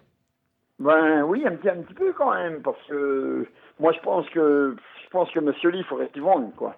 Parce que sachant qu'il y a quand même 3 repreneurs derrière, quoi, dont Romain Peugeot. Alors oui, il y a justement, oui, comme tu le soulignais, 3 repreneurs, donc c'est-à-dire un repreneur qui arriverait du côté du Luxembourg, un repreneur peut-être du Moyen-Orient. Oui, Moyen-Orient, oui, j'avais vu ça aussi. Et également l'arrière-petit-fils de Peugeot. Romain Donc, Peugeot, tu l'as cité, Romain Peugeot, qui lui ne viendrait pas tout seul. Hein. Il y aurait aussi d'autres actionnaires avec lui. Ah bah non, mais je pense que ce club, il faudrait le garder, quoi. Je pense que si on veut remonter en Ligue 1, je pense qu'il y a moyen quand même.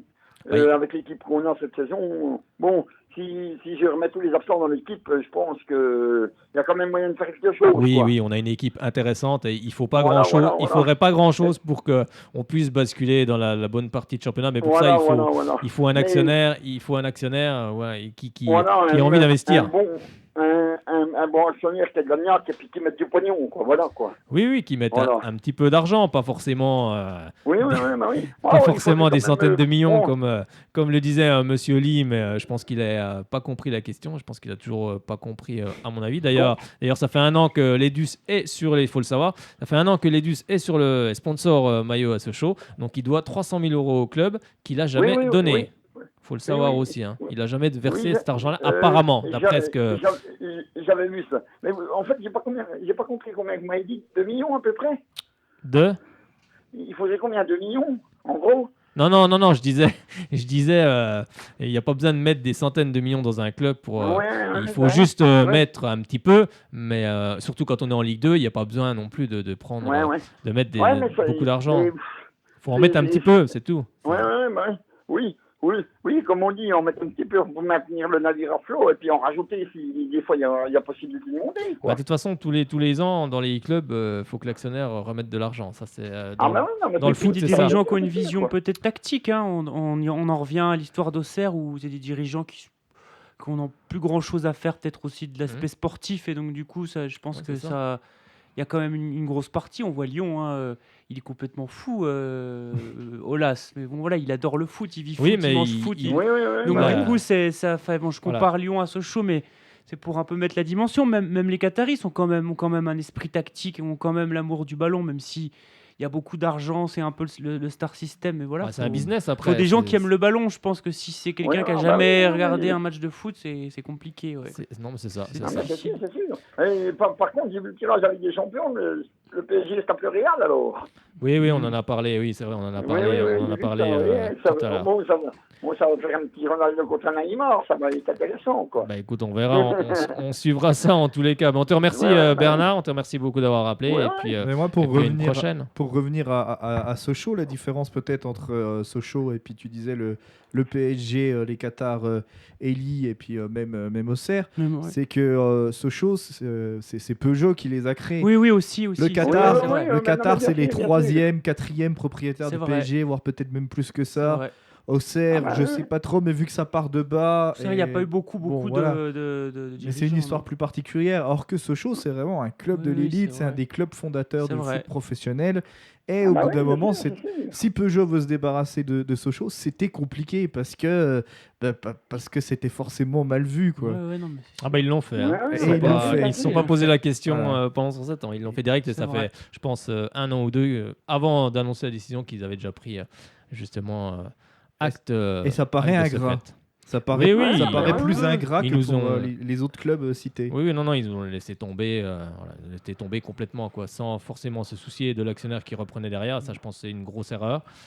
Mais bon, je pense qu'à cette époque-là... parce que je pense qu'il y aurait quand même... quand ils ont... Peugeot, ce qu'il voulait faire, c'était bon, mais je pense qu'il aurait quand même fallu consulter les comptes de M. Lee avant que de demander à lui. Quoi, je pense. Oui, et puis il y a peut-être d'autres actionnaires, d'autres preneurs, donc il fallait peut-être étudier le dossier un peu plus complet, un peu plus de façon un peu plus complet. On ne sait pas tout. On ne sait pas tout, oui, on n'a que la partie... Que la partie... que la partie immergée. J'étais en train de chercher. Merci Elie. On va enquêter avec Elie. J'avais un grand moment de solitude. On va aller faire une enquête. On va mener l'enquête avec en tout cas, on te remercie Bernard d'avoir appelé et puis à une prochaine fois. Oui, il y a encore une émission la semaine prochaine. Oui, il y a encore une émission, c'est la dernière. La dernière après. J'appellerai la semaine prochaine. Il n'y a pas de souci, Bernard. On te remercie beaucoup d'avoir appelé. À bientôt. C'est normal. Ça s'agit un jour, ça s'agit toujours. Exactement. Ça, c'est une belle devise. Bonne soirée. Allez, bonne soirée Bernard. Et allez Sochaux, bien évidemment. Oui, bonsoir. Bonsoir. Oui, comme l'a dit Bernard, c'est vrai que c'est compliqué. Après, on va attendre de savoir les décisions que vont prendre justement la DNCG. Est-ce que M. Lee a sorti l'argent ou pas? S'il n'a pas sorti l'argent, ça va être compliqué. Après, le club sera sans doute en vente, parce que je ne vois pas comment on va pouvoir faire. Il y a quand même 18 joueurs qui sont sous contrat. Qui sont plutôt en fin de contrat, qui sont encore sous contrat, mais qui sont en fin de contrat. 18, leur contrat, comme tu disais tout à l'heure, visionnaire, oui. Quand tu as 18 joueurs qui sont en fin de contrat, c'est quand même un peu à long terme aussi. C'est pas très visionnaire cette histoire.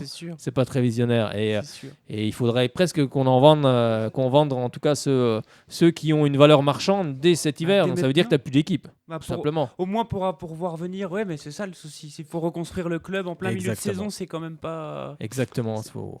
Et surtout qu'on est 9e, mais bon, on est à 4 points de la 4e place, donc on n'est pas encore on n'est pas décroché. Et en tout cas, le Football Club Sochaux Montbéliard, suite aux révélations de nos confrères de l'Est républicain, menace de déposer plainte contre le journal de l'Est républicain.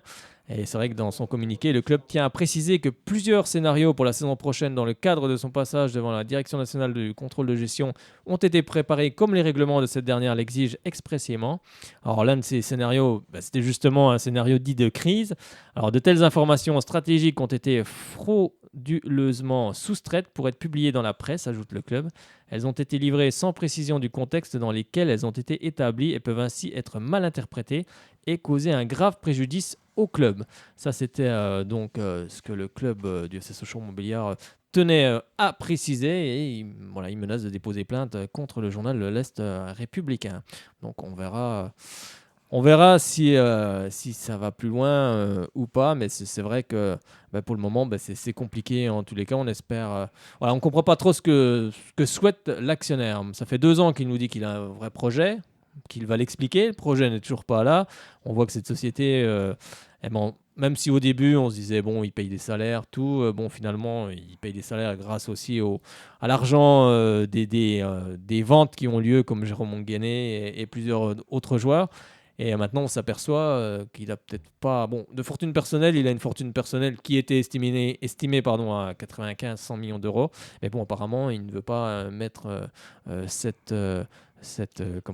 Une boîte d'électro, de micro... De LED, oui. De LED, ils font aussi, je crois, des disques durs pour ordi, du matériel pour ordi. Ouais, c'est ça. Donc, ils avaient une société en France, Ledus France, qui a coulé, tout simplement. Hein. Les gens n'étaient plus payés, plus rémunérés. Donc, ça a été dissous par le tribunal qui convient pour ce genre d'affaires. Et comme le rappelait l'Est républicain, le chiffre d'affaires de la holding donc Tech Pro Technologies est constitué à 40% par le FCSM. Donc c'est plutôt inquiétant.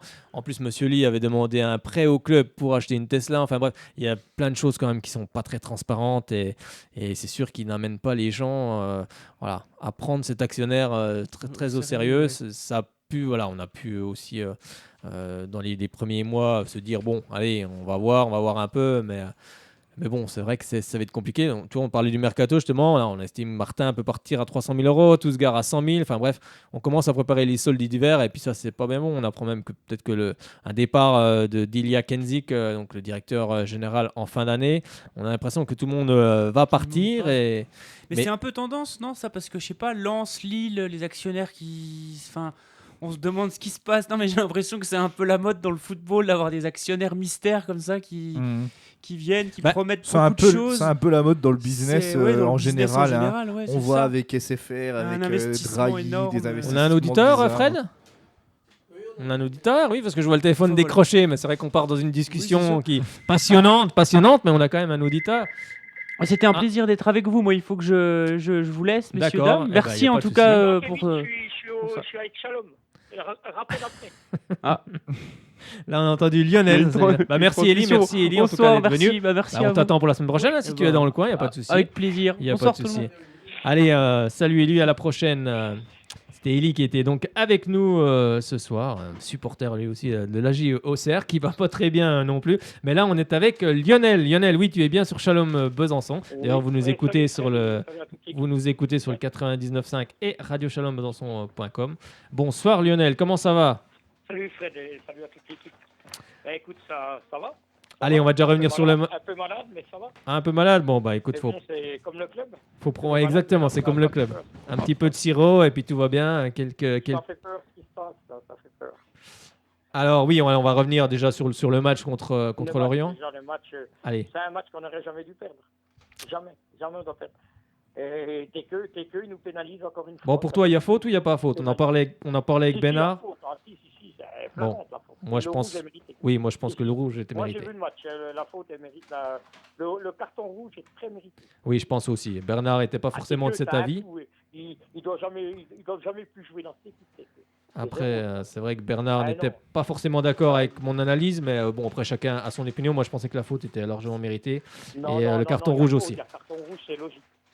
Alors finalement, il pénalise l'équipe encore. Bah oui, finalement, cette équipe de Lorient a renversé la situation. Qui reviennent à 1-1, mais si on est à 11, on peut tenir le résultat. Mais non, il faut qu'ils pénalisent l'équipe encore et on prend le deuxième.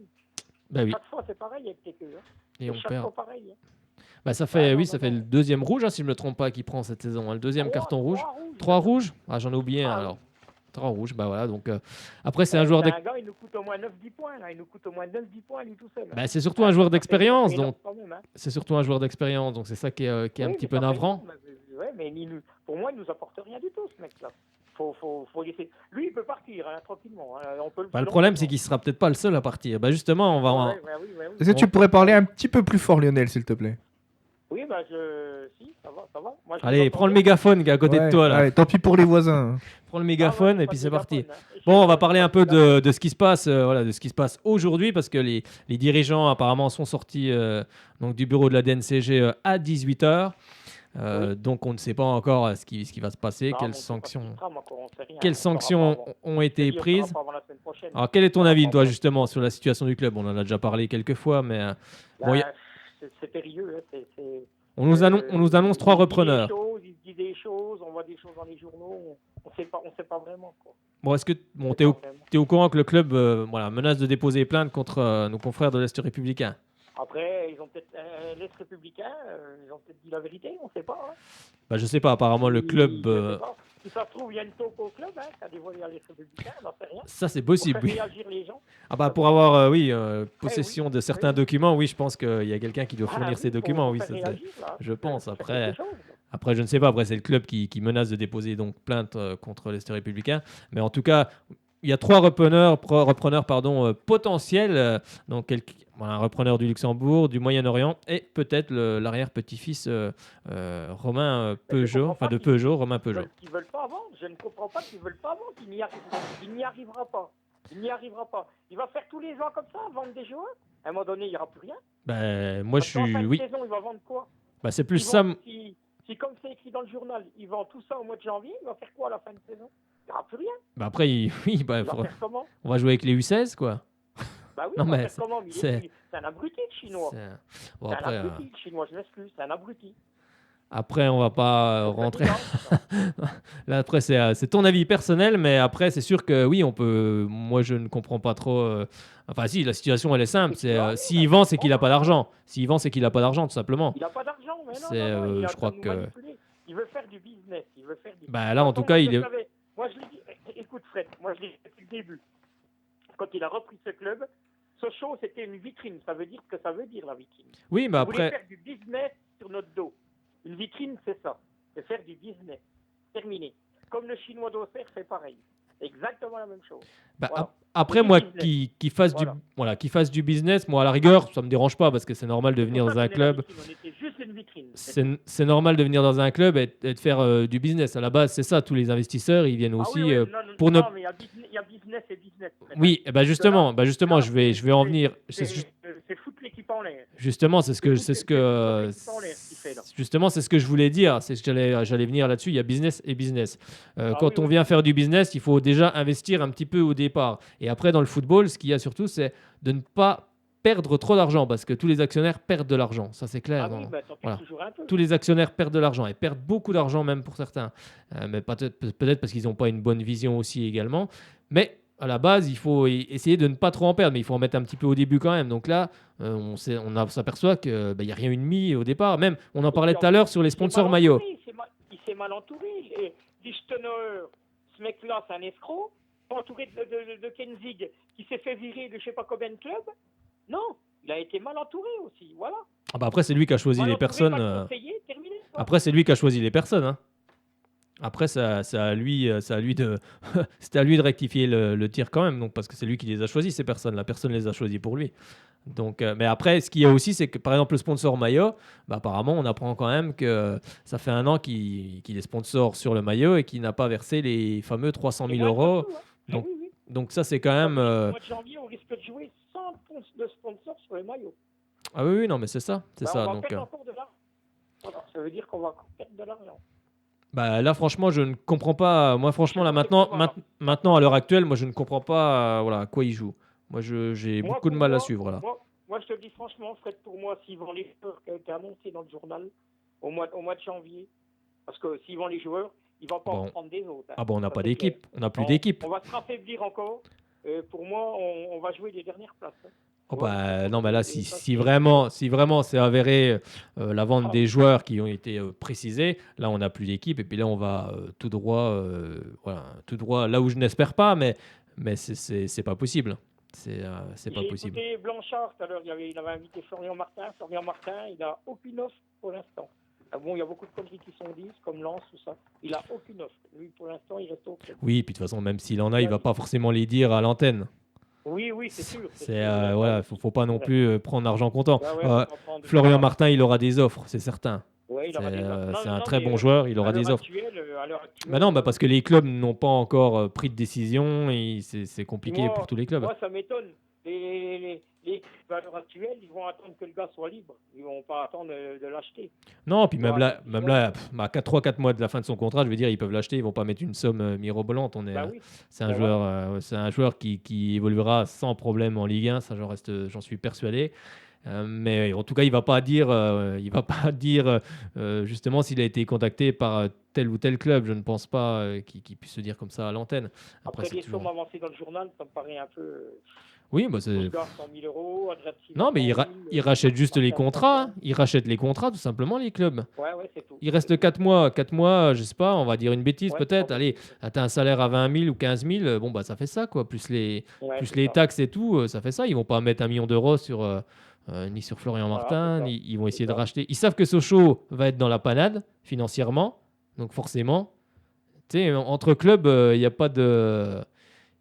C'est pas forcément. Les Chinois, il en profite pour les entrées. Entre clubs, c'est pas des philanthropes. Ils vont profiter de la situation aussi de Sochaux pour récupérer des joueurs pas chers. Parce qu'ils sont tous dans la même situation. Les Chinois, il en profite pour faire ses entrées. Voilà. Non, moi, tout ce que je dis, c'est que si Monsieur Lee n'a pas les reins solides, n'a pas l'argent pour que Sochaux soit pérenne, on va dire pérenne plutôt, c'est mieux, à l'avenir, c'est pas la peine. Il faut vendre.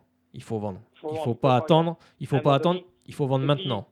Et puis pour la DNCG, moi je pense que l'argent des joueurs, c'est pas une garantie. Moi je pense qu'ils ont dû lui dire c'est pas une garantie. Eux, la DNCG, veulent un chèque. Ah bah eux, de toute façon, ils vont demander un virement, ça c'est clair. Ça c'est, à mon avis. Je pense qu'ils vont lui donner un délai, là. Il va avoir un délai. Oui, mais à mon avis, le délai va être assez court, je pense. Il va être très court, il va avoir un délai d'une semaine ou 15 jours. Et si d'ici 15 jours, il n'a pas la somme désirée, et d'ici 15 jours, les joueurs, ça ne se vend pas comme ça. S'il n'a pas la somme désirée, monsieur Lee va être au pied du mur, il faut vendre. Oui, non, mais ça c'est certain. Moi, je pense que c'est ça.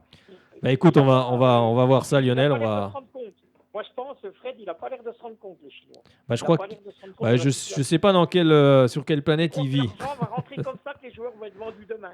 Tu vois bah, il n'a pas l'air de se rendre compte. Dans 15 jours, si les joueurs ne sont pas vendus, monsieur Lee, il faut passer au bâtinet.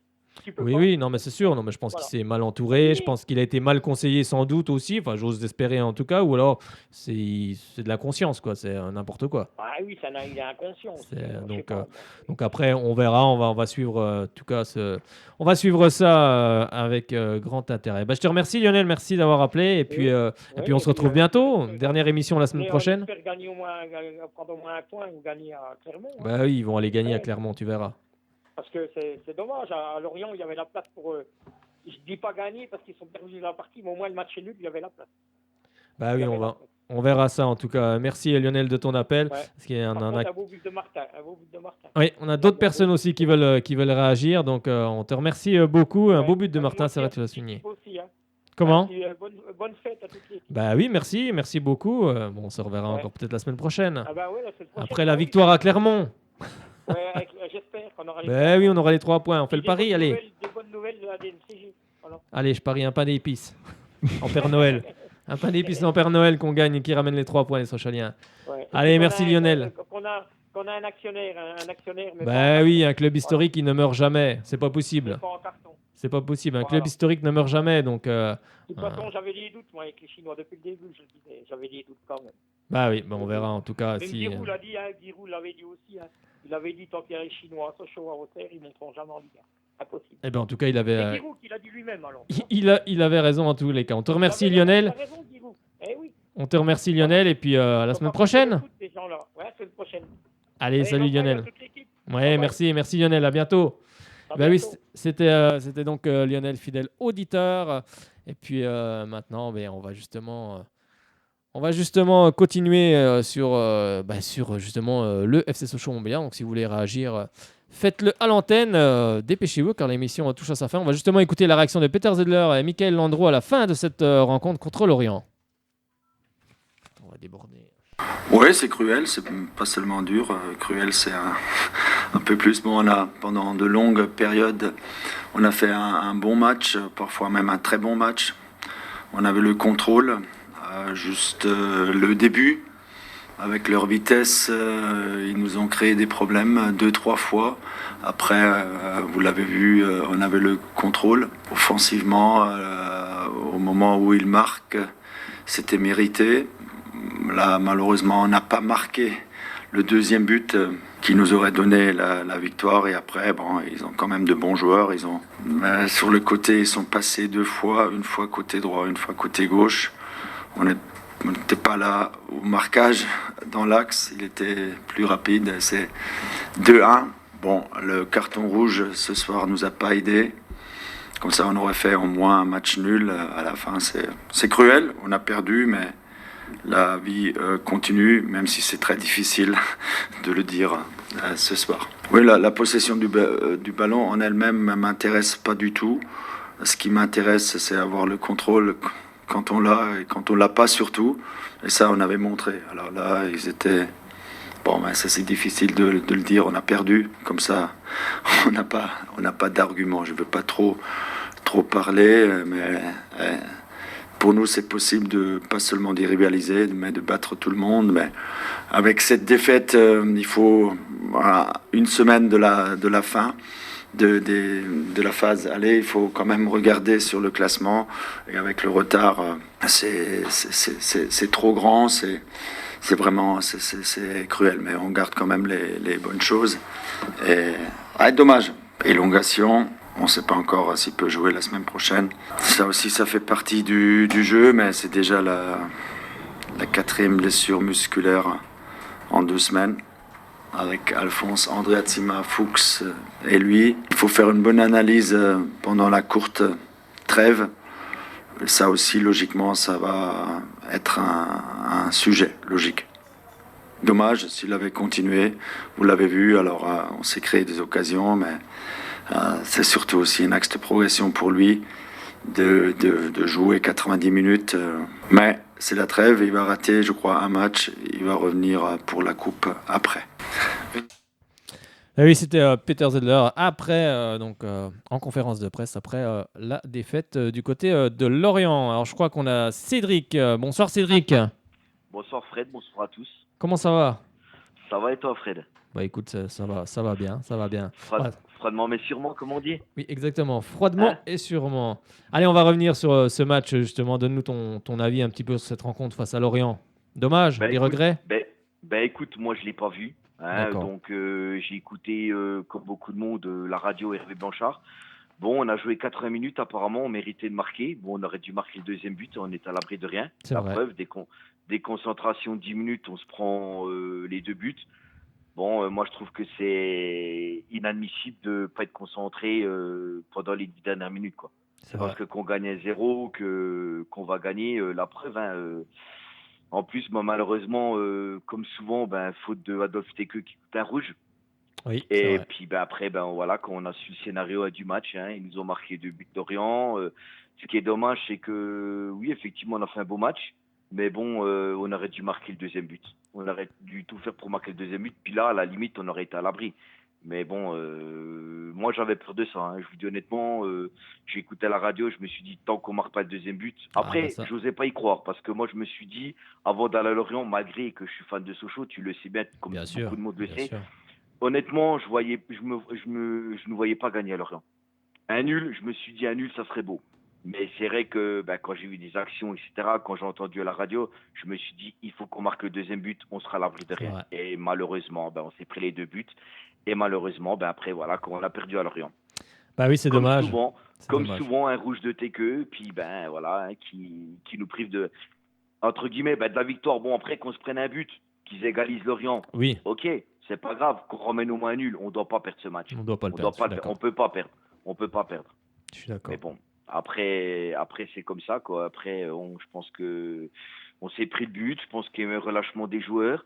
au lieu d'aller de l'avant, parce que Peter Zedler, c'est quand même un jeu de l'avant. Oui. On n'a pas su tirer le résultat. Alors pour ça, moi, honnêtement, je te le dis honnêtement, Fred, j'ai une grande pensée à Albert Cartier, parce que je pense qu'avec Albert Cartier, on partait avec un nul de Lorient. Je pense qu'il aurait tout fait pour maintenir le résultat. Et honnêtement, avec Albert Cartier, malheureusement, beaucoup de critiques, mais je pense qu'avec lui, on aurait ramené quelque chose, on aurait ramené un point de Lorient. Mais on le saura jamais, quoi. Exactement, exactement comme on dit. On le saura pas en tout cas. En tout cas, on est reparti avec rien. Alors que exactement. C'est vrai que c'est un peu, c'est un petit peu dommage. Allez, on va ouvrir justement le volet dont tous les supporters de Sochaux aujourd'hui sont inquiets parce que le club est passé devant la DNCG. Ils sont sortis apparemment les dirigeants à 18h, donc en début de soirée. On n'en sait pas plus pour le moment. On saura sans doute dans les jours qui viennent. Pas dans les heures, à mon avis, dans les jours. On a appris aussi que le club menaçait de déposer plainte, comme on le rappelait tout à l'heure, contre nos confrères de l'Est républicain, justement pour avoir dénoncé des choses, comment on va dire, comme on a dit ça tout à l'heure, ils avaient eu vent de certaines choses de l'Est républicain qui n'auraient pas dû avoir ou qui pouvaient être mal interprétées par les gens. Donc, justement, qu'est-ce que tu penses de cette affaire, de cette histoire, justement, la DNCG? Est-ce que toi, tu es inquiet pour le moment? Déjà, la DNCG est passée. Apparemment, Kenzik serait toujours en relation avec la DNCG. Donc voilà, apparemment, c'est passé, quoi. Après, c'est tout à fait normal. Les républicains n'ont pas divulgué des choses. Comme on dit, c'est secret professionnel. Au travail, si tu dois pas divulguer quelque chose et puis tu le divulgues, t'as une sanction. Donc, moi, je trouve que c'est normal qu'on s'attaque à les républicains. Après, on sait très bien que les journalistes, ils mettent tous, entre guillemets, on va dire beaucoup de pipeaux. Ils mettent beaucoup de choses, des rumeurs, tout ça. Pourquoi? Pour qu'on achète les journaux, qu'on se dise, tiens, il se passe ça, tant qu'on l'achète, qu'on ait un œil dessus.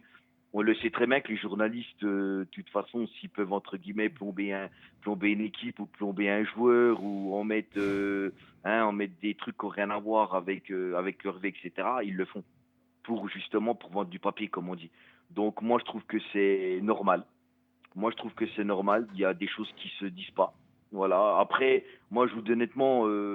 ça veut quand même dire qu'il y a quelqu'un dans le club qui fournit donc ces informations. Parce que je ne pense pas qu'il les ait, qu'il puisse aller rentrer dans les bureaux. Il y a quand même bien quelqu'un qui fournit ces informations-là. Non, tu ne penses pas que ça pourrait être ça? Si, je pense quand même. Quand même parce que, comme tu dis, c'est pas eux qui se permettent d'aller dans les bureaux. Après, c'est peut-être des gens qui sont dans le club et qui sont justement inquiets de ce qui se passe dans le club et qui fournissent ça justement pour on va dire, une sonnette d'alarme.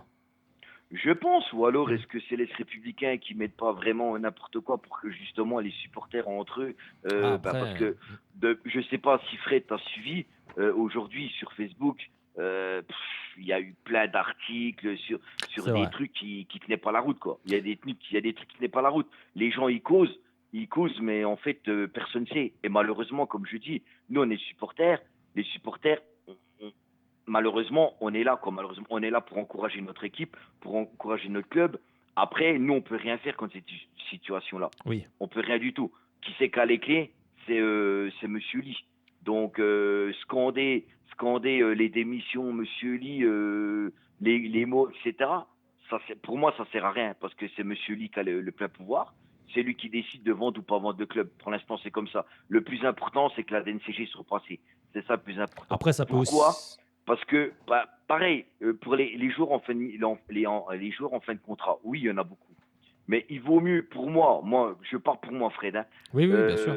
Il vaut mieux que des joueurs, qu'on vende des joueurs avant, c'est-à-dire cet hiver, même si bien sûr c'est des joueurs cadres, que plutôt qu'ils partent à la fin de saison gratuitement.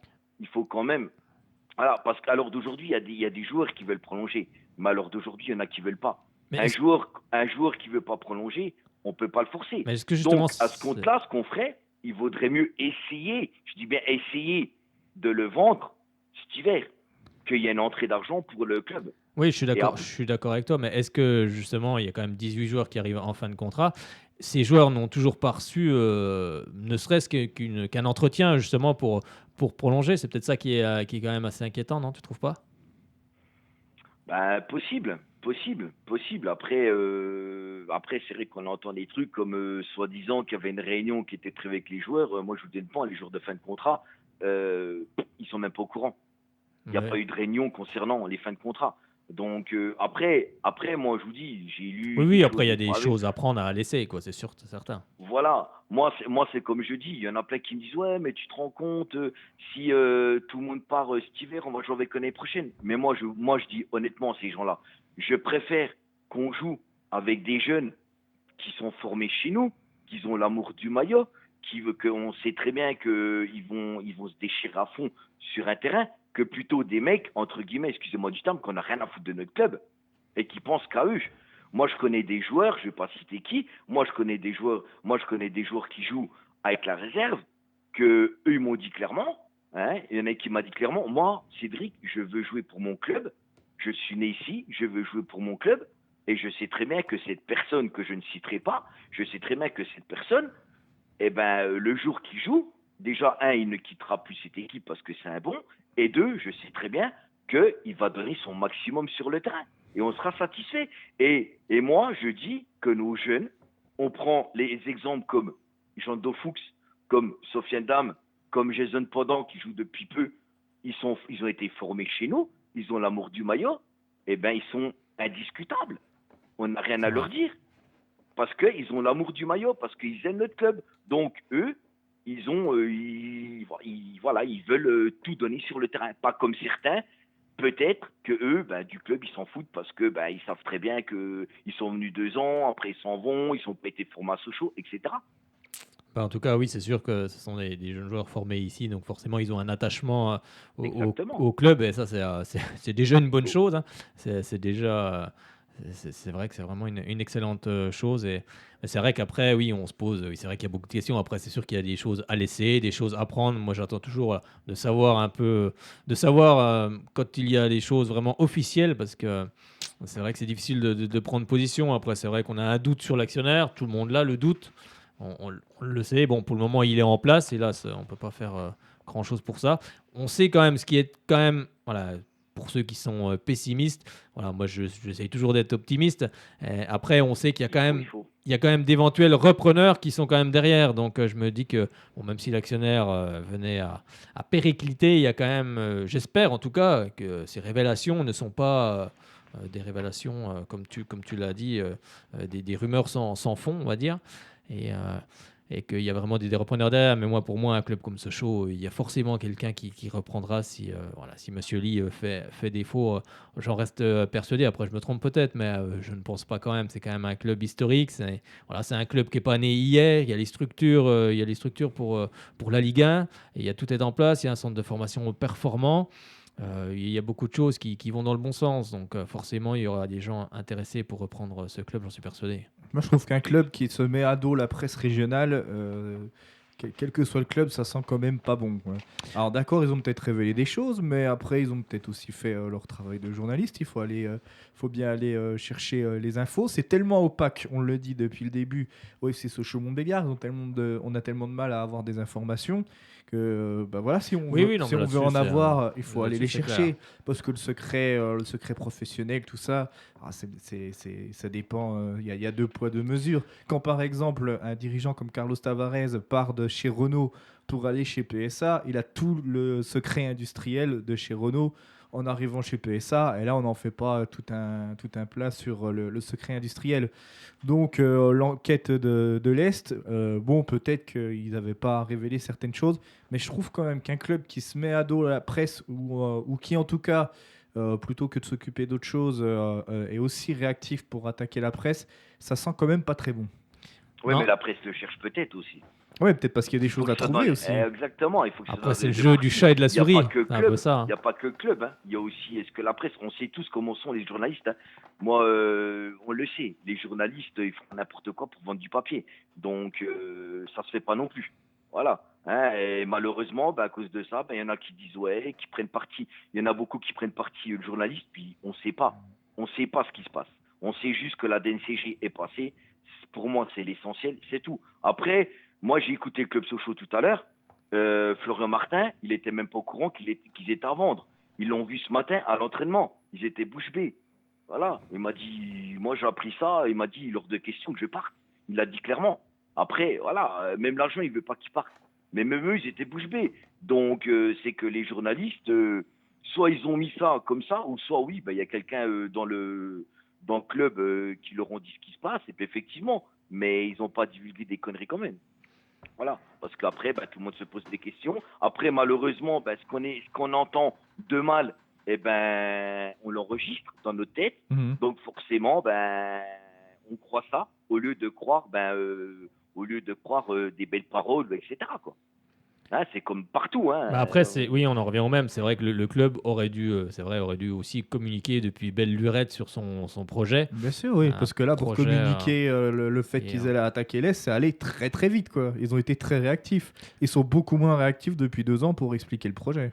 Oui, c'est ça. Le gros problème, il est là. C'est vrai que la communication, maintenant, la communication est très importante. Quand on parle pas, on interprète beaucoup de choses. Après, qui a tort, qui a raison, on le saura peut-être bientôt.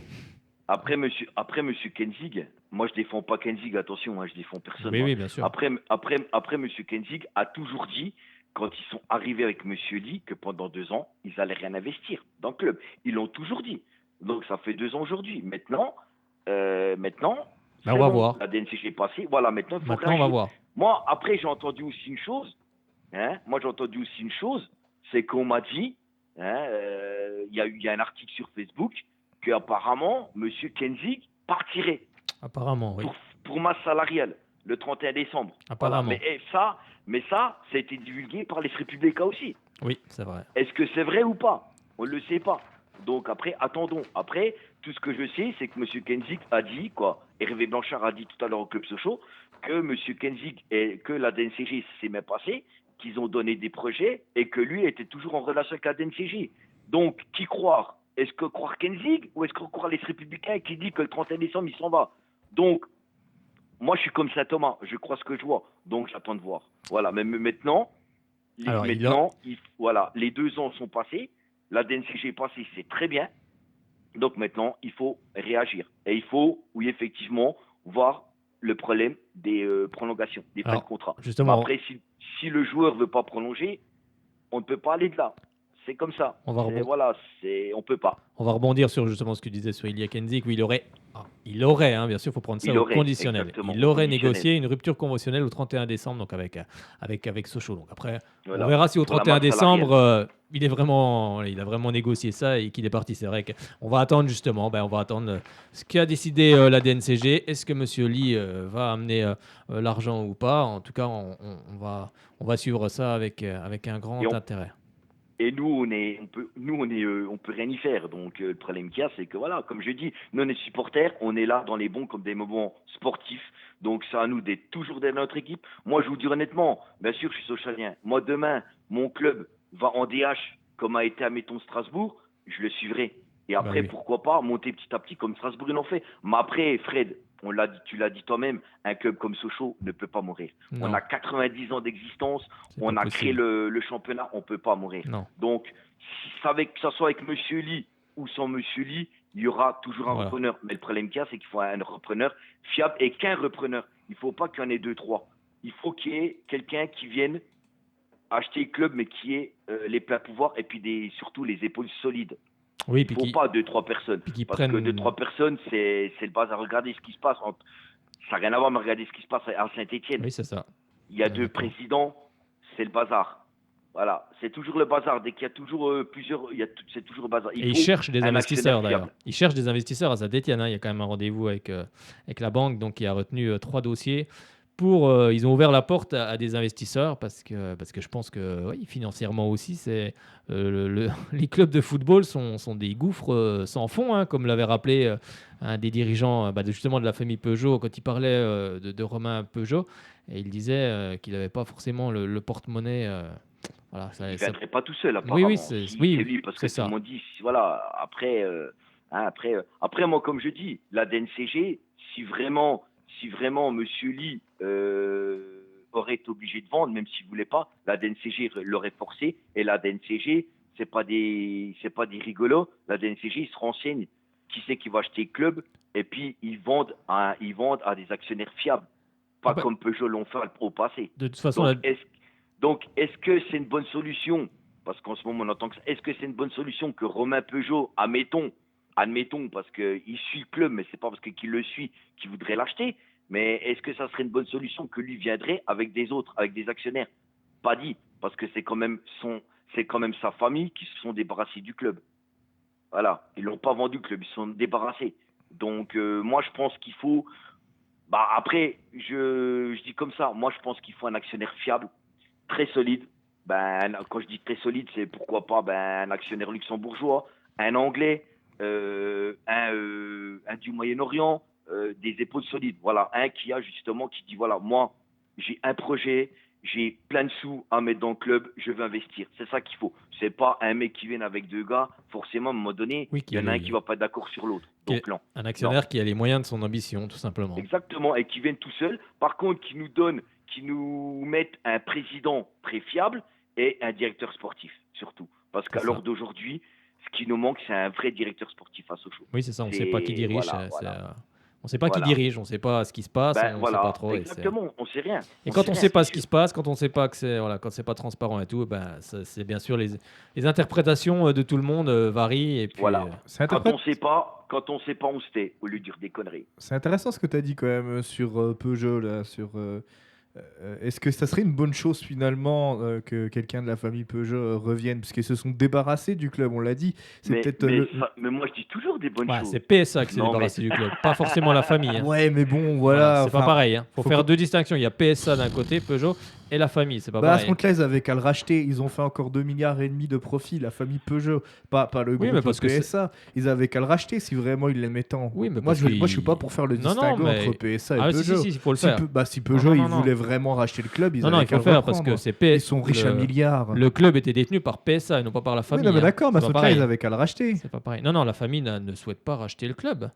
Eh ben oui. C'est pas parce que Romain Peugeot, comme le disait un des dirigeants de la famille, a évoqué son émotion. Oui. Après, ça passe en directoire. Ils ont un directoire dans la famille. Donc, s'ils votent contre, le club ne sera pas repris. Mais c'est pas que Romain Peugeot qui décide, c'est toute la famille qui décide. Mais d'accord, c'est PSA qui a lâché le club, mais sauf que c'est PSA qui a vendu le club. Qui s'est débarrassé du club. Qui s'est débarrassé. Oui, parce que je suis débarrassé. Voilà, donc c'est PSA qui s'est débarrassé du club, mais Peugeot n'a rien fait pour le reprendre. Ah Peugeot non, la famille Peugeot en tout cas. Voilà, la famille Peugeot n'a rien fait pour le reprendre. Moi je vous dis honnêtement, moi je pense qu'il faut arrêter avec Peugeot. Moi, je pense qu'il faut un actionnaire très fiable, comme je vous dis, un gars qu'on ne connaît pas, qui vient, admettons, du Luxembourg, qui a les épaules solides du Luxembourg ou d'un autre pays. Mais je pense qu'il faut arrêter avec Peugeot, avec Romain Peugeot, parce qu'en plus, le problème qu'il y a, c'est que tous les gens, honnêtement, ils bavent dessus. Tout le monde dit Romain Peugeot. Mais tous ces gens-là, ça se trouve, vont être déçus parce que Romain Peugeot, ce ne sera pas lui. Donc, c'est ça le truc. Arrêter de donner ce nom-là. Oui, il faut arrêter de donner ce nom-là. Et je pense qu'il faut, comme je vous dis, un actionnaire très, très fiable. Et voilà, et qui a les épaules solides pour dire moi, le club, oui, j'ai mis des sous, je mets des sous on va monter en Ligue 1, etc., qui est un vrai projet. Et Romain Peugeot, il faut arrêter avec ce nom-là. Écoute, ça fait fantasmer tout le monde. Et puis... j'ai d'autres fantasmes quand même. J'ai d'autres fantasmes. Heureusement. Heureusement. Non, mais c'est vrai qu'il y a beaucoup de monde. Romain Peugeot, ils ont que ça dans la bouche, quoi. Romain Peugeot va revenir. Oui, c'est parce pas que qu'il a un œil. Tout le monde a un œil sur notre club. Moi aussi, j'ai un œil dessus. C'est parce que j'ai un œil dessus que je vais l'acheter. Tu comprends ce que je veux dire, Fred? Oui, bien sûr. Entre vouloir redire oui, il regarde attentionnellement le club. Oui, mais bon, s'il n'a pas les épaules solides. Non, c'est ce que la famille a dit. La famille a dit on regarde, on est attentif à ce qui se passe. Ça ne veut pas dire on va racheter le club. Ça veut dire on est attentif. Et les gens tout de suite se sont fait Romain Peugeot va venir. Non. Mais après, eux, ils ont des influences aussi. Ils peuvent très bien trouver des actionnaires, eux, et puis les emmener aussi du côté de Sochaux sans pour autant investir eux-mêmes. Ils peuvent trouver des actionnaires. Ils ont un tissu de relations, à mon avis, assez conséquent. Et en faisant ça, la famille Peugeot, à travers Romain Peugeot, peut-être qu'ils essayent aussi de gagner du temps, de gagner de une sorte de paix sociale en faisant planer un peu ce fantasme du retour de la famille Peugeot. Ouais, mais pour l'instant, c'est pas la paix totale parce que tout le monde part en vrille. Ah oui, là, ça part Oui, en vrille de c'est tous les sûr. côtés. Après, ils ont pas dit qu'ils allaient reprendre le club, la famille Peugeot. Ils ont dit que voilà, Romain Peugeot avait évoqué une émotion, en tout cas, concernant le club.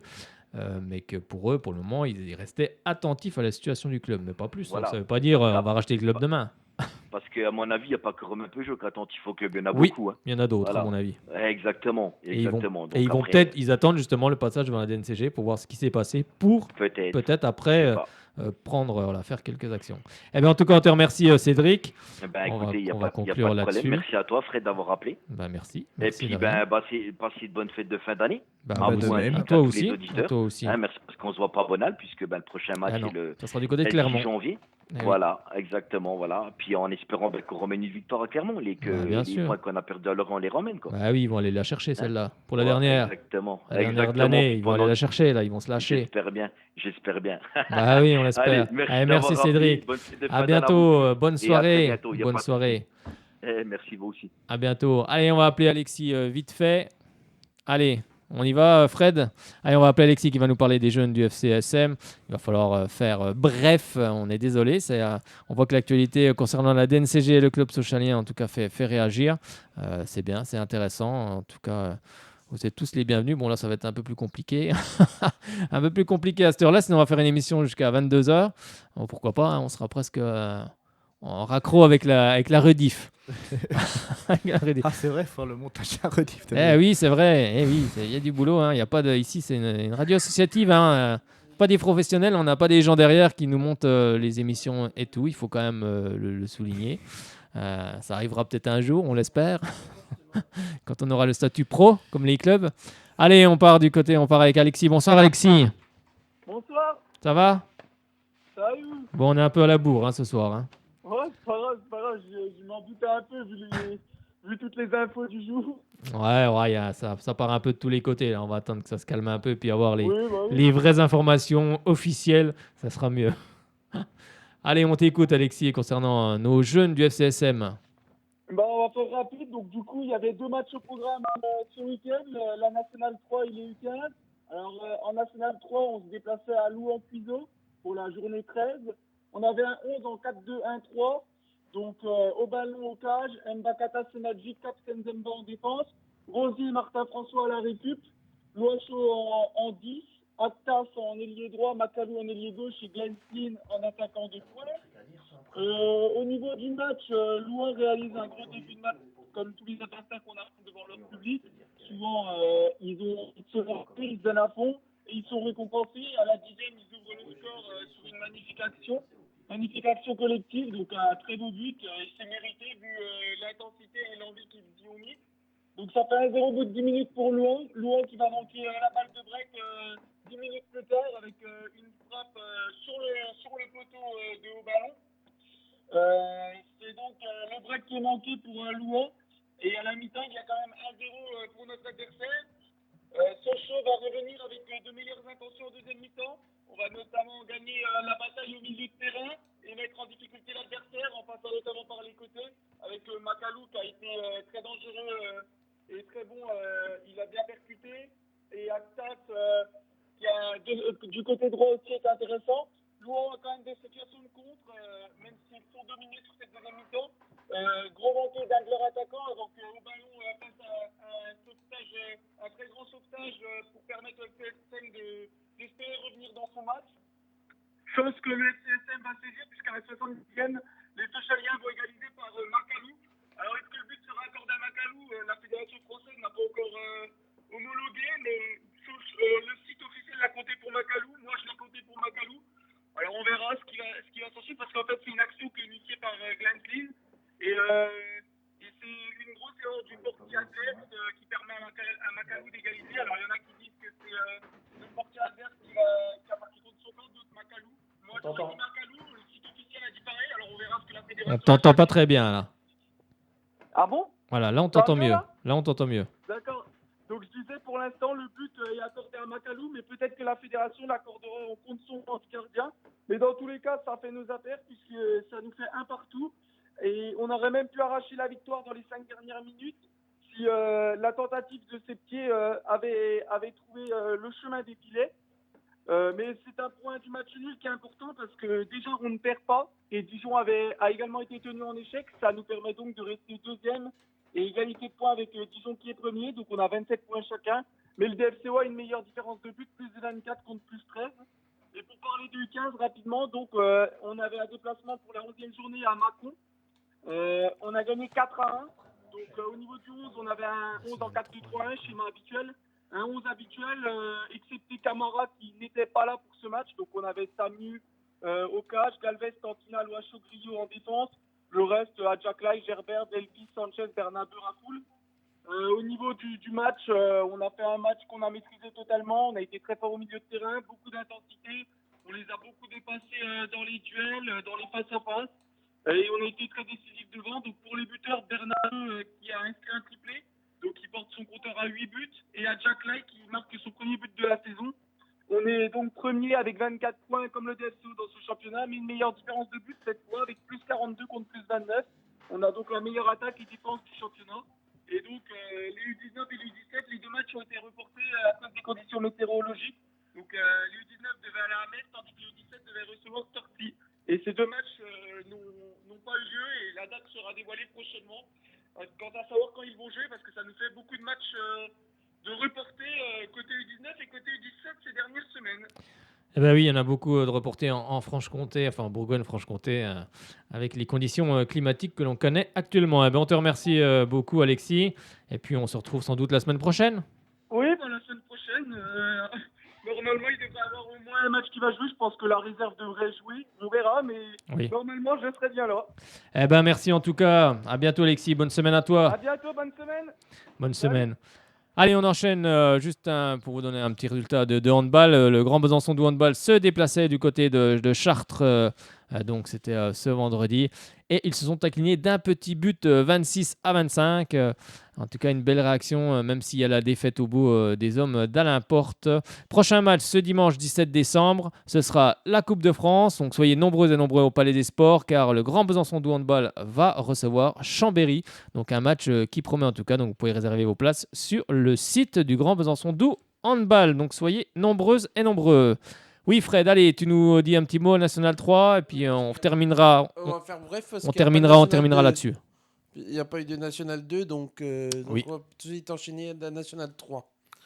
Alors, c'était hier. On va commencer par le match qui s'est disputé hier avec Avalon qui s'est imposé à l'US Saint-Vite 4-0. Ça va pas bien pour Saint-Vite en ce moment. Non, c'est vrai que c'est. Ensuite, nous avons le Jura de Loire et la réserve de Dijon qui ont fait match nul, un but partout. Oui, c'est ça. Oui, c'est ça. Un but partout en Louis-Cuiseau et réserve de Serre et Pontarlier ont fait match nul, 2 buts partout. C'est ça. Et puis le match du week-end qu'on est allé voir, c'est le derby bisontin entre le Eh ben oui, on était au et c'est Clémenceau. On était au stade Léo Léo-Lagrange. 5 buts à 1. On était au stade Léo-Lagrange pour suite Besançon Football. Besançon-Clémenceau et ça fait 5 buts, un score sévère pour les hommes de Jean-Marc Trinita.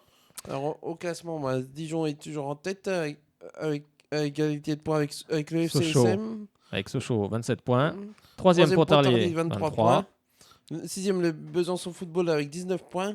7e le Racing Besançon 17 points. Et 3 matchs en moins. Avec 3 matchs en moins. Peut-être puisque 4 le match avec, à Guignon n'avait pas eu lieu. C'est ça.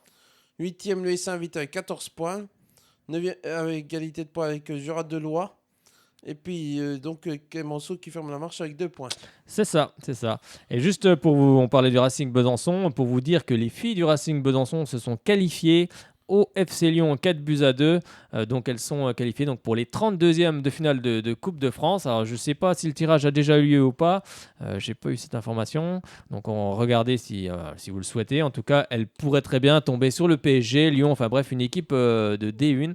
Et ça se passerait du côté du stade Léo-Lagrange. En tout cas, c'est une... Nous irons le voir si c'est télé. bien sûr, on sera là pour les suivre. En tout cas, bravo à elles et félicitations. C'est en mois de janvier, mais je ne sais pas quelle date. Mais... Oui, c'est ça. Allez, on va finir cette émission. On va lancer justement les interviews qu'on a fait du côté du Besançon Football face au Sporting Club Clémenceau avec Adrien Demoret, l'attaquant et buteur lors de cette rencontre qui vient du CA Pontarlier justement l'année dernière. Il était là-bas. On a le capitaine du Besançon Football, Mickaël Courteau également, et l'entraîneur du SC Clémenceau, Jean-Marc Trinita. Donc on va se quitter là-dessus. On vous souhaite une bonne semaine à toutes et à tous. Messieurs, merci. Merci Seb, merci Fred. À lundi prochain. Merci à Ellie qui est partie un peu avant. On l'a remercié tout à l'heure. Et puis on se retrouve la semaine prochaine pour la dernière émission de l'année. Donc bien sûr, on sera tous habillés en Père Noël. Enfin bref. Avec la victoire sochalienne dans la besace, c'est-à-dire les 3 points du côté de Clermont. Et on verra ce qui s'est passé du côté de la DNCG. Est-ce qu'on sera en DH la semaine prochaine ou est-ce qu'on sera en Ligue des Champions peut-être avec un actionnaire XXXXL Non? Allez, on verra ça. En tout cas, on finit sur ces interviews. Et puis, on vous retrouve la semaine prochaine. Même lieu, même heure. Et allez, Sochaux! Avec Adrien Demoret après cette belle victoire face au SC Clémenceau 5 buts à 1. Bon, déjà premièrement, comment va Victor Di Pinto? On l'a vu qu'il est sorti sur blessure. Est-ce que vous avez des nouvelles?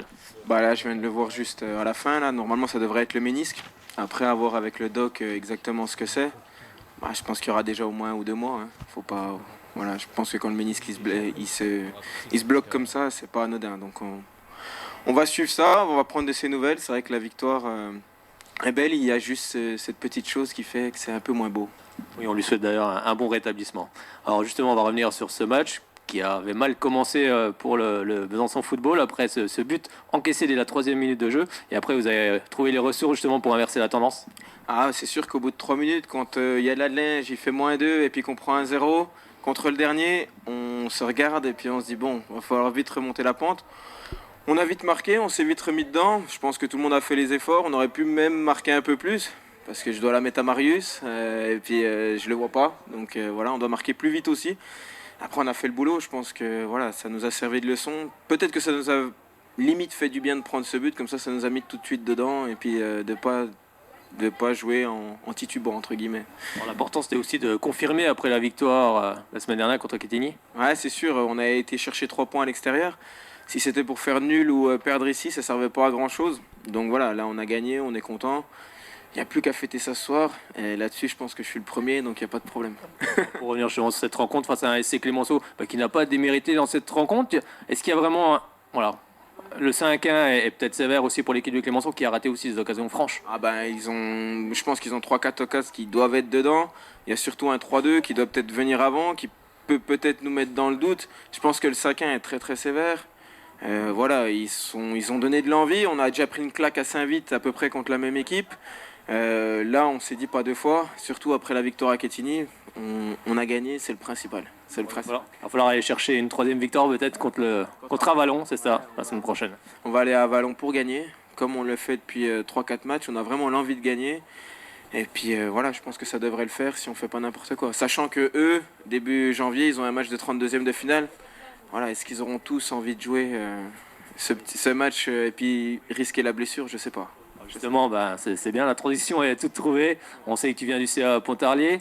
Alors justement, ils vont jouer le 32e de finale contre Montpellier au stade Paul Rop. Ce sera le 6 décembre à partir de 15h. Bon, je pense que ça va être une belle fête du côté de Pontarlier. Et tes anciens coéquipiers vont essayer de passer? Moi, je travaille à Pontarlier, je sais ce que c'est.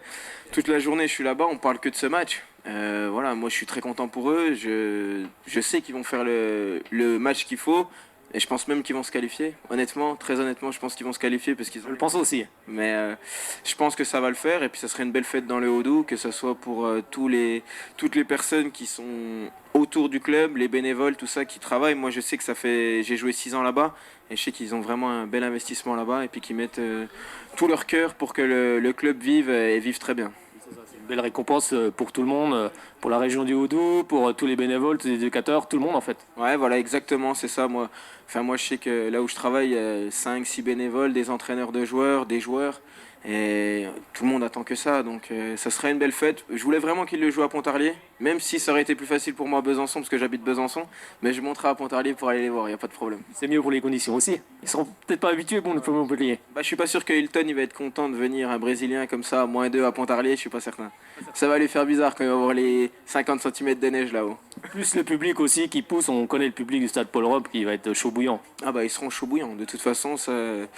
et je serai bien au milieu pour fêter ça avec eux, il n'y a pas de problème.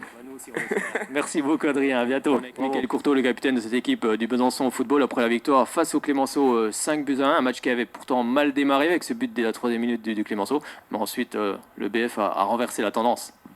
Ouais, c'est vrai qu'on cafouille un petit peu, c'est le début de match, on est tous un petit peu à froid. Après, on prend ce but qui est quand même un joli but. Il met une belle reprise de volée. Avec le terrain, c'est difficile à jouer derrière. Après, il fallait repartir de l'avant. On a eu de la réussite, on a marqué, on a réussi à même faire le break. Donc après, c'était à nous de gérer le match intelligemment. Je pense qu'on aurait pu en mettre plus, qu'eux aussi auraient pu en mettre d'autres. Donc c'est un résultat logique qui aurait pu être plus large pour les deux équipes. Et en plus du buteur ce soir. Ouais, c'est ce que je dis, c'est bien, mais il faudra pas trop s'habituer, ça reste exceptionnel. Oui, puis c'était important justement après Quetigny de confirmer à la maison. Ouais, c'était surtout important après Saint-Vite. On s'est fait recadrer et on avait un petit pacte avec les dirigeants où ils nous avaient mis clairement à l'épreuve. Donc pour l'instant, on est dans les clous, on répond. Restons concentrés, il reste un match s'il a lieu la semaine prochaine et si on gagne le match la semaine prochaine, on aura rempli le pacte et on pourra partir en vacances tranquillement avec, même si on aura laissé des points en route, quand même le devoir pas trop mal fait. Oui, ça sera face à Avallon. Voilà, c'est ça, ouais, en déplacement. Bon, un petit mot quand même sur la blessure d'Intimito, vous en savez un petit peu plus? Oui, apparemment il s'est fait mal tout seul, il s'est bloqué le ménisque, donc on espère que ce ne sera pas trop grave. Il va aller aux urgences, donc on pense tous bien à lui et espérons qu'il débloque tout ça et que ce soit rien de trop grave. Oui, on lui souhaite d'ailleurs un très bon rétablissement. En tout cas, on vous remercie Miguel Courteau, à bientôt. Bonne soirée. Avec Jean-Marc Trinita, entraîneur du SC Clémenceau après la défaite ici contre le Besançon Football 5-1. Quelle est justement votre analyse à chaud après cette rencontre? On a vu quand même un bon Clémenceau ce soir. Oui, enfin, c'est toujours la même rengaine, on voit toujours un bon Clémenceau, mais au final on en prend 5, 6, donc ça commence à me lasser un petit peu. J'aimerais bien qu'on soit peut-être un peu moins beau dans le jeu et puis peut-être un peu plus efficace défensivement.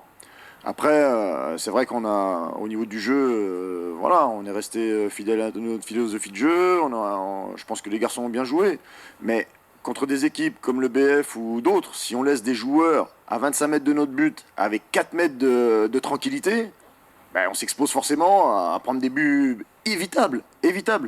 Tant que Clémenceau avait ouvert le score dès la 3e minute de jeu.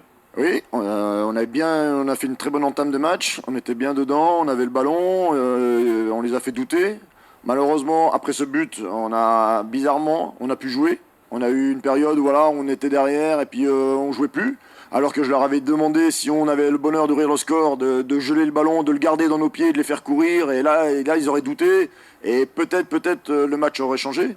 Après, on prend un corner, on laisse Crowley, je crois que c'est lui qui marque, au deuxième poteau, tout seul, à 10 mètres de nos buts. Nous, ça nous arrive jamais.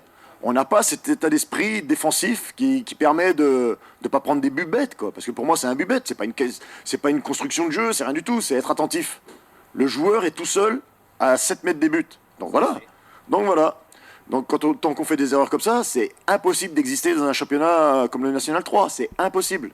On a beau jouer comme on veut, super bien, tout. On prendra toujours des buts si on n'est pas plus attentif sur les coups de pied arrêtés. D'autant plus que c'est une des forces du BF, les coups de pied arrêtés. Donc ils étaient prévenus. Oui, puis à 3-1, vous avez la balle du 3-2 et il y a aussi 3 occasions franches en seconde mi-temps. C'est ça aussi. On reste sur plein de matchs avec plein d'occasions. C'est vrai que ce soir, moi j'en comptabilise 5 ou 6. Donc on aurait pu mettre plus de buts, oui, évidemment. Dans le jeu, on a fait pour moi jeu égal. On a pris des contres. Mais dans la construction du jeu, je pense qu'on a été peut-être même meilleur dans la construction du jeu.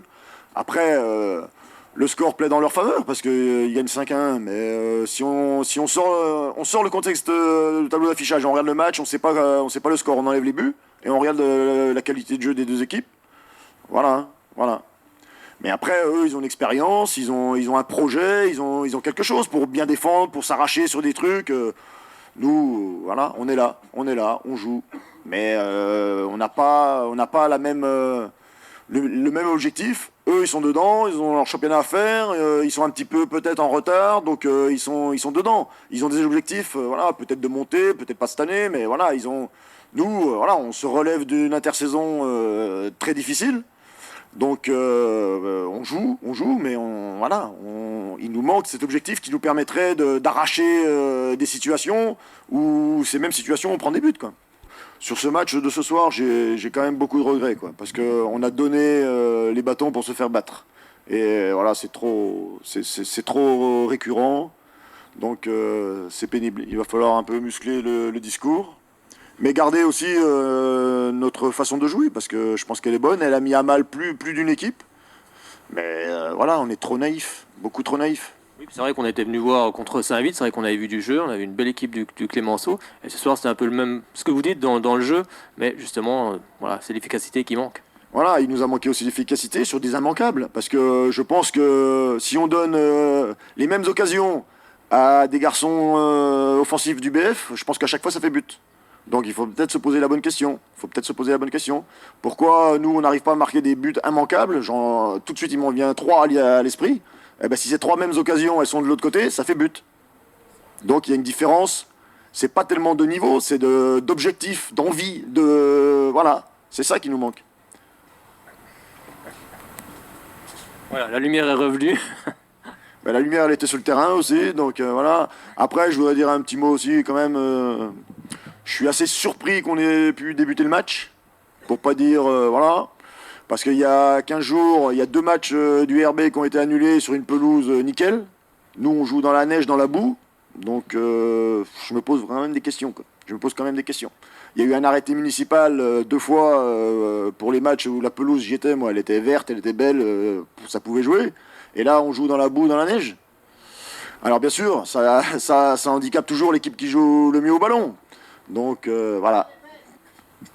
C'est les aléas climatiques et c'est vrai que cette pelouse, elle souffre beaucoup. Ouais, après, je conçois aussi que certaines équipes, ça leur pose pas de problème qu'il y ait de la neige, de la pluie, des arbres, des machins. Voilà. Quand voilà, il y a des équipes, ça les gêne pas. Un terrain pourri, ça les gêne pas. Nous, ça nous gêne un peu. D'accord, ben merci en tout cas Jean-Marc Trinita, à bientôt.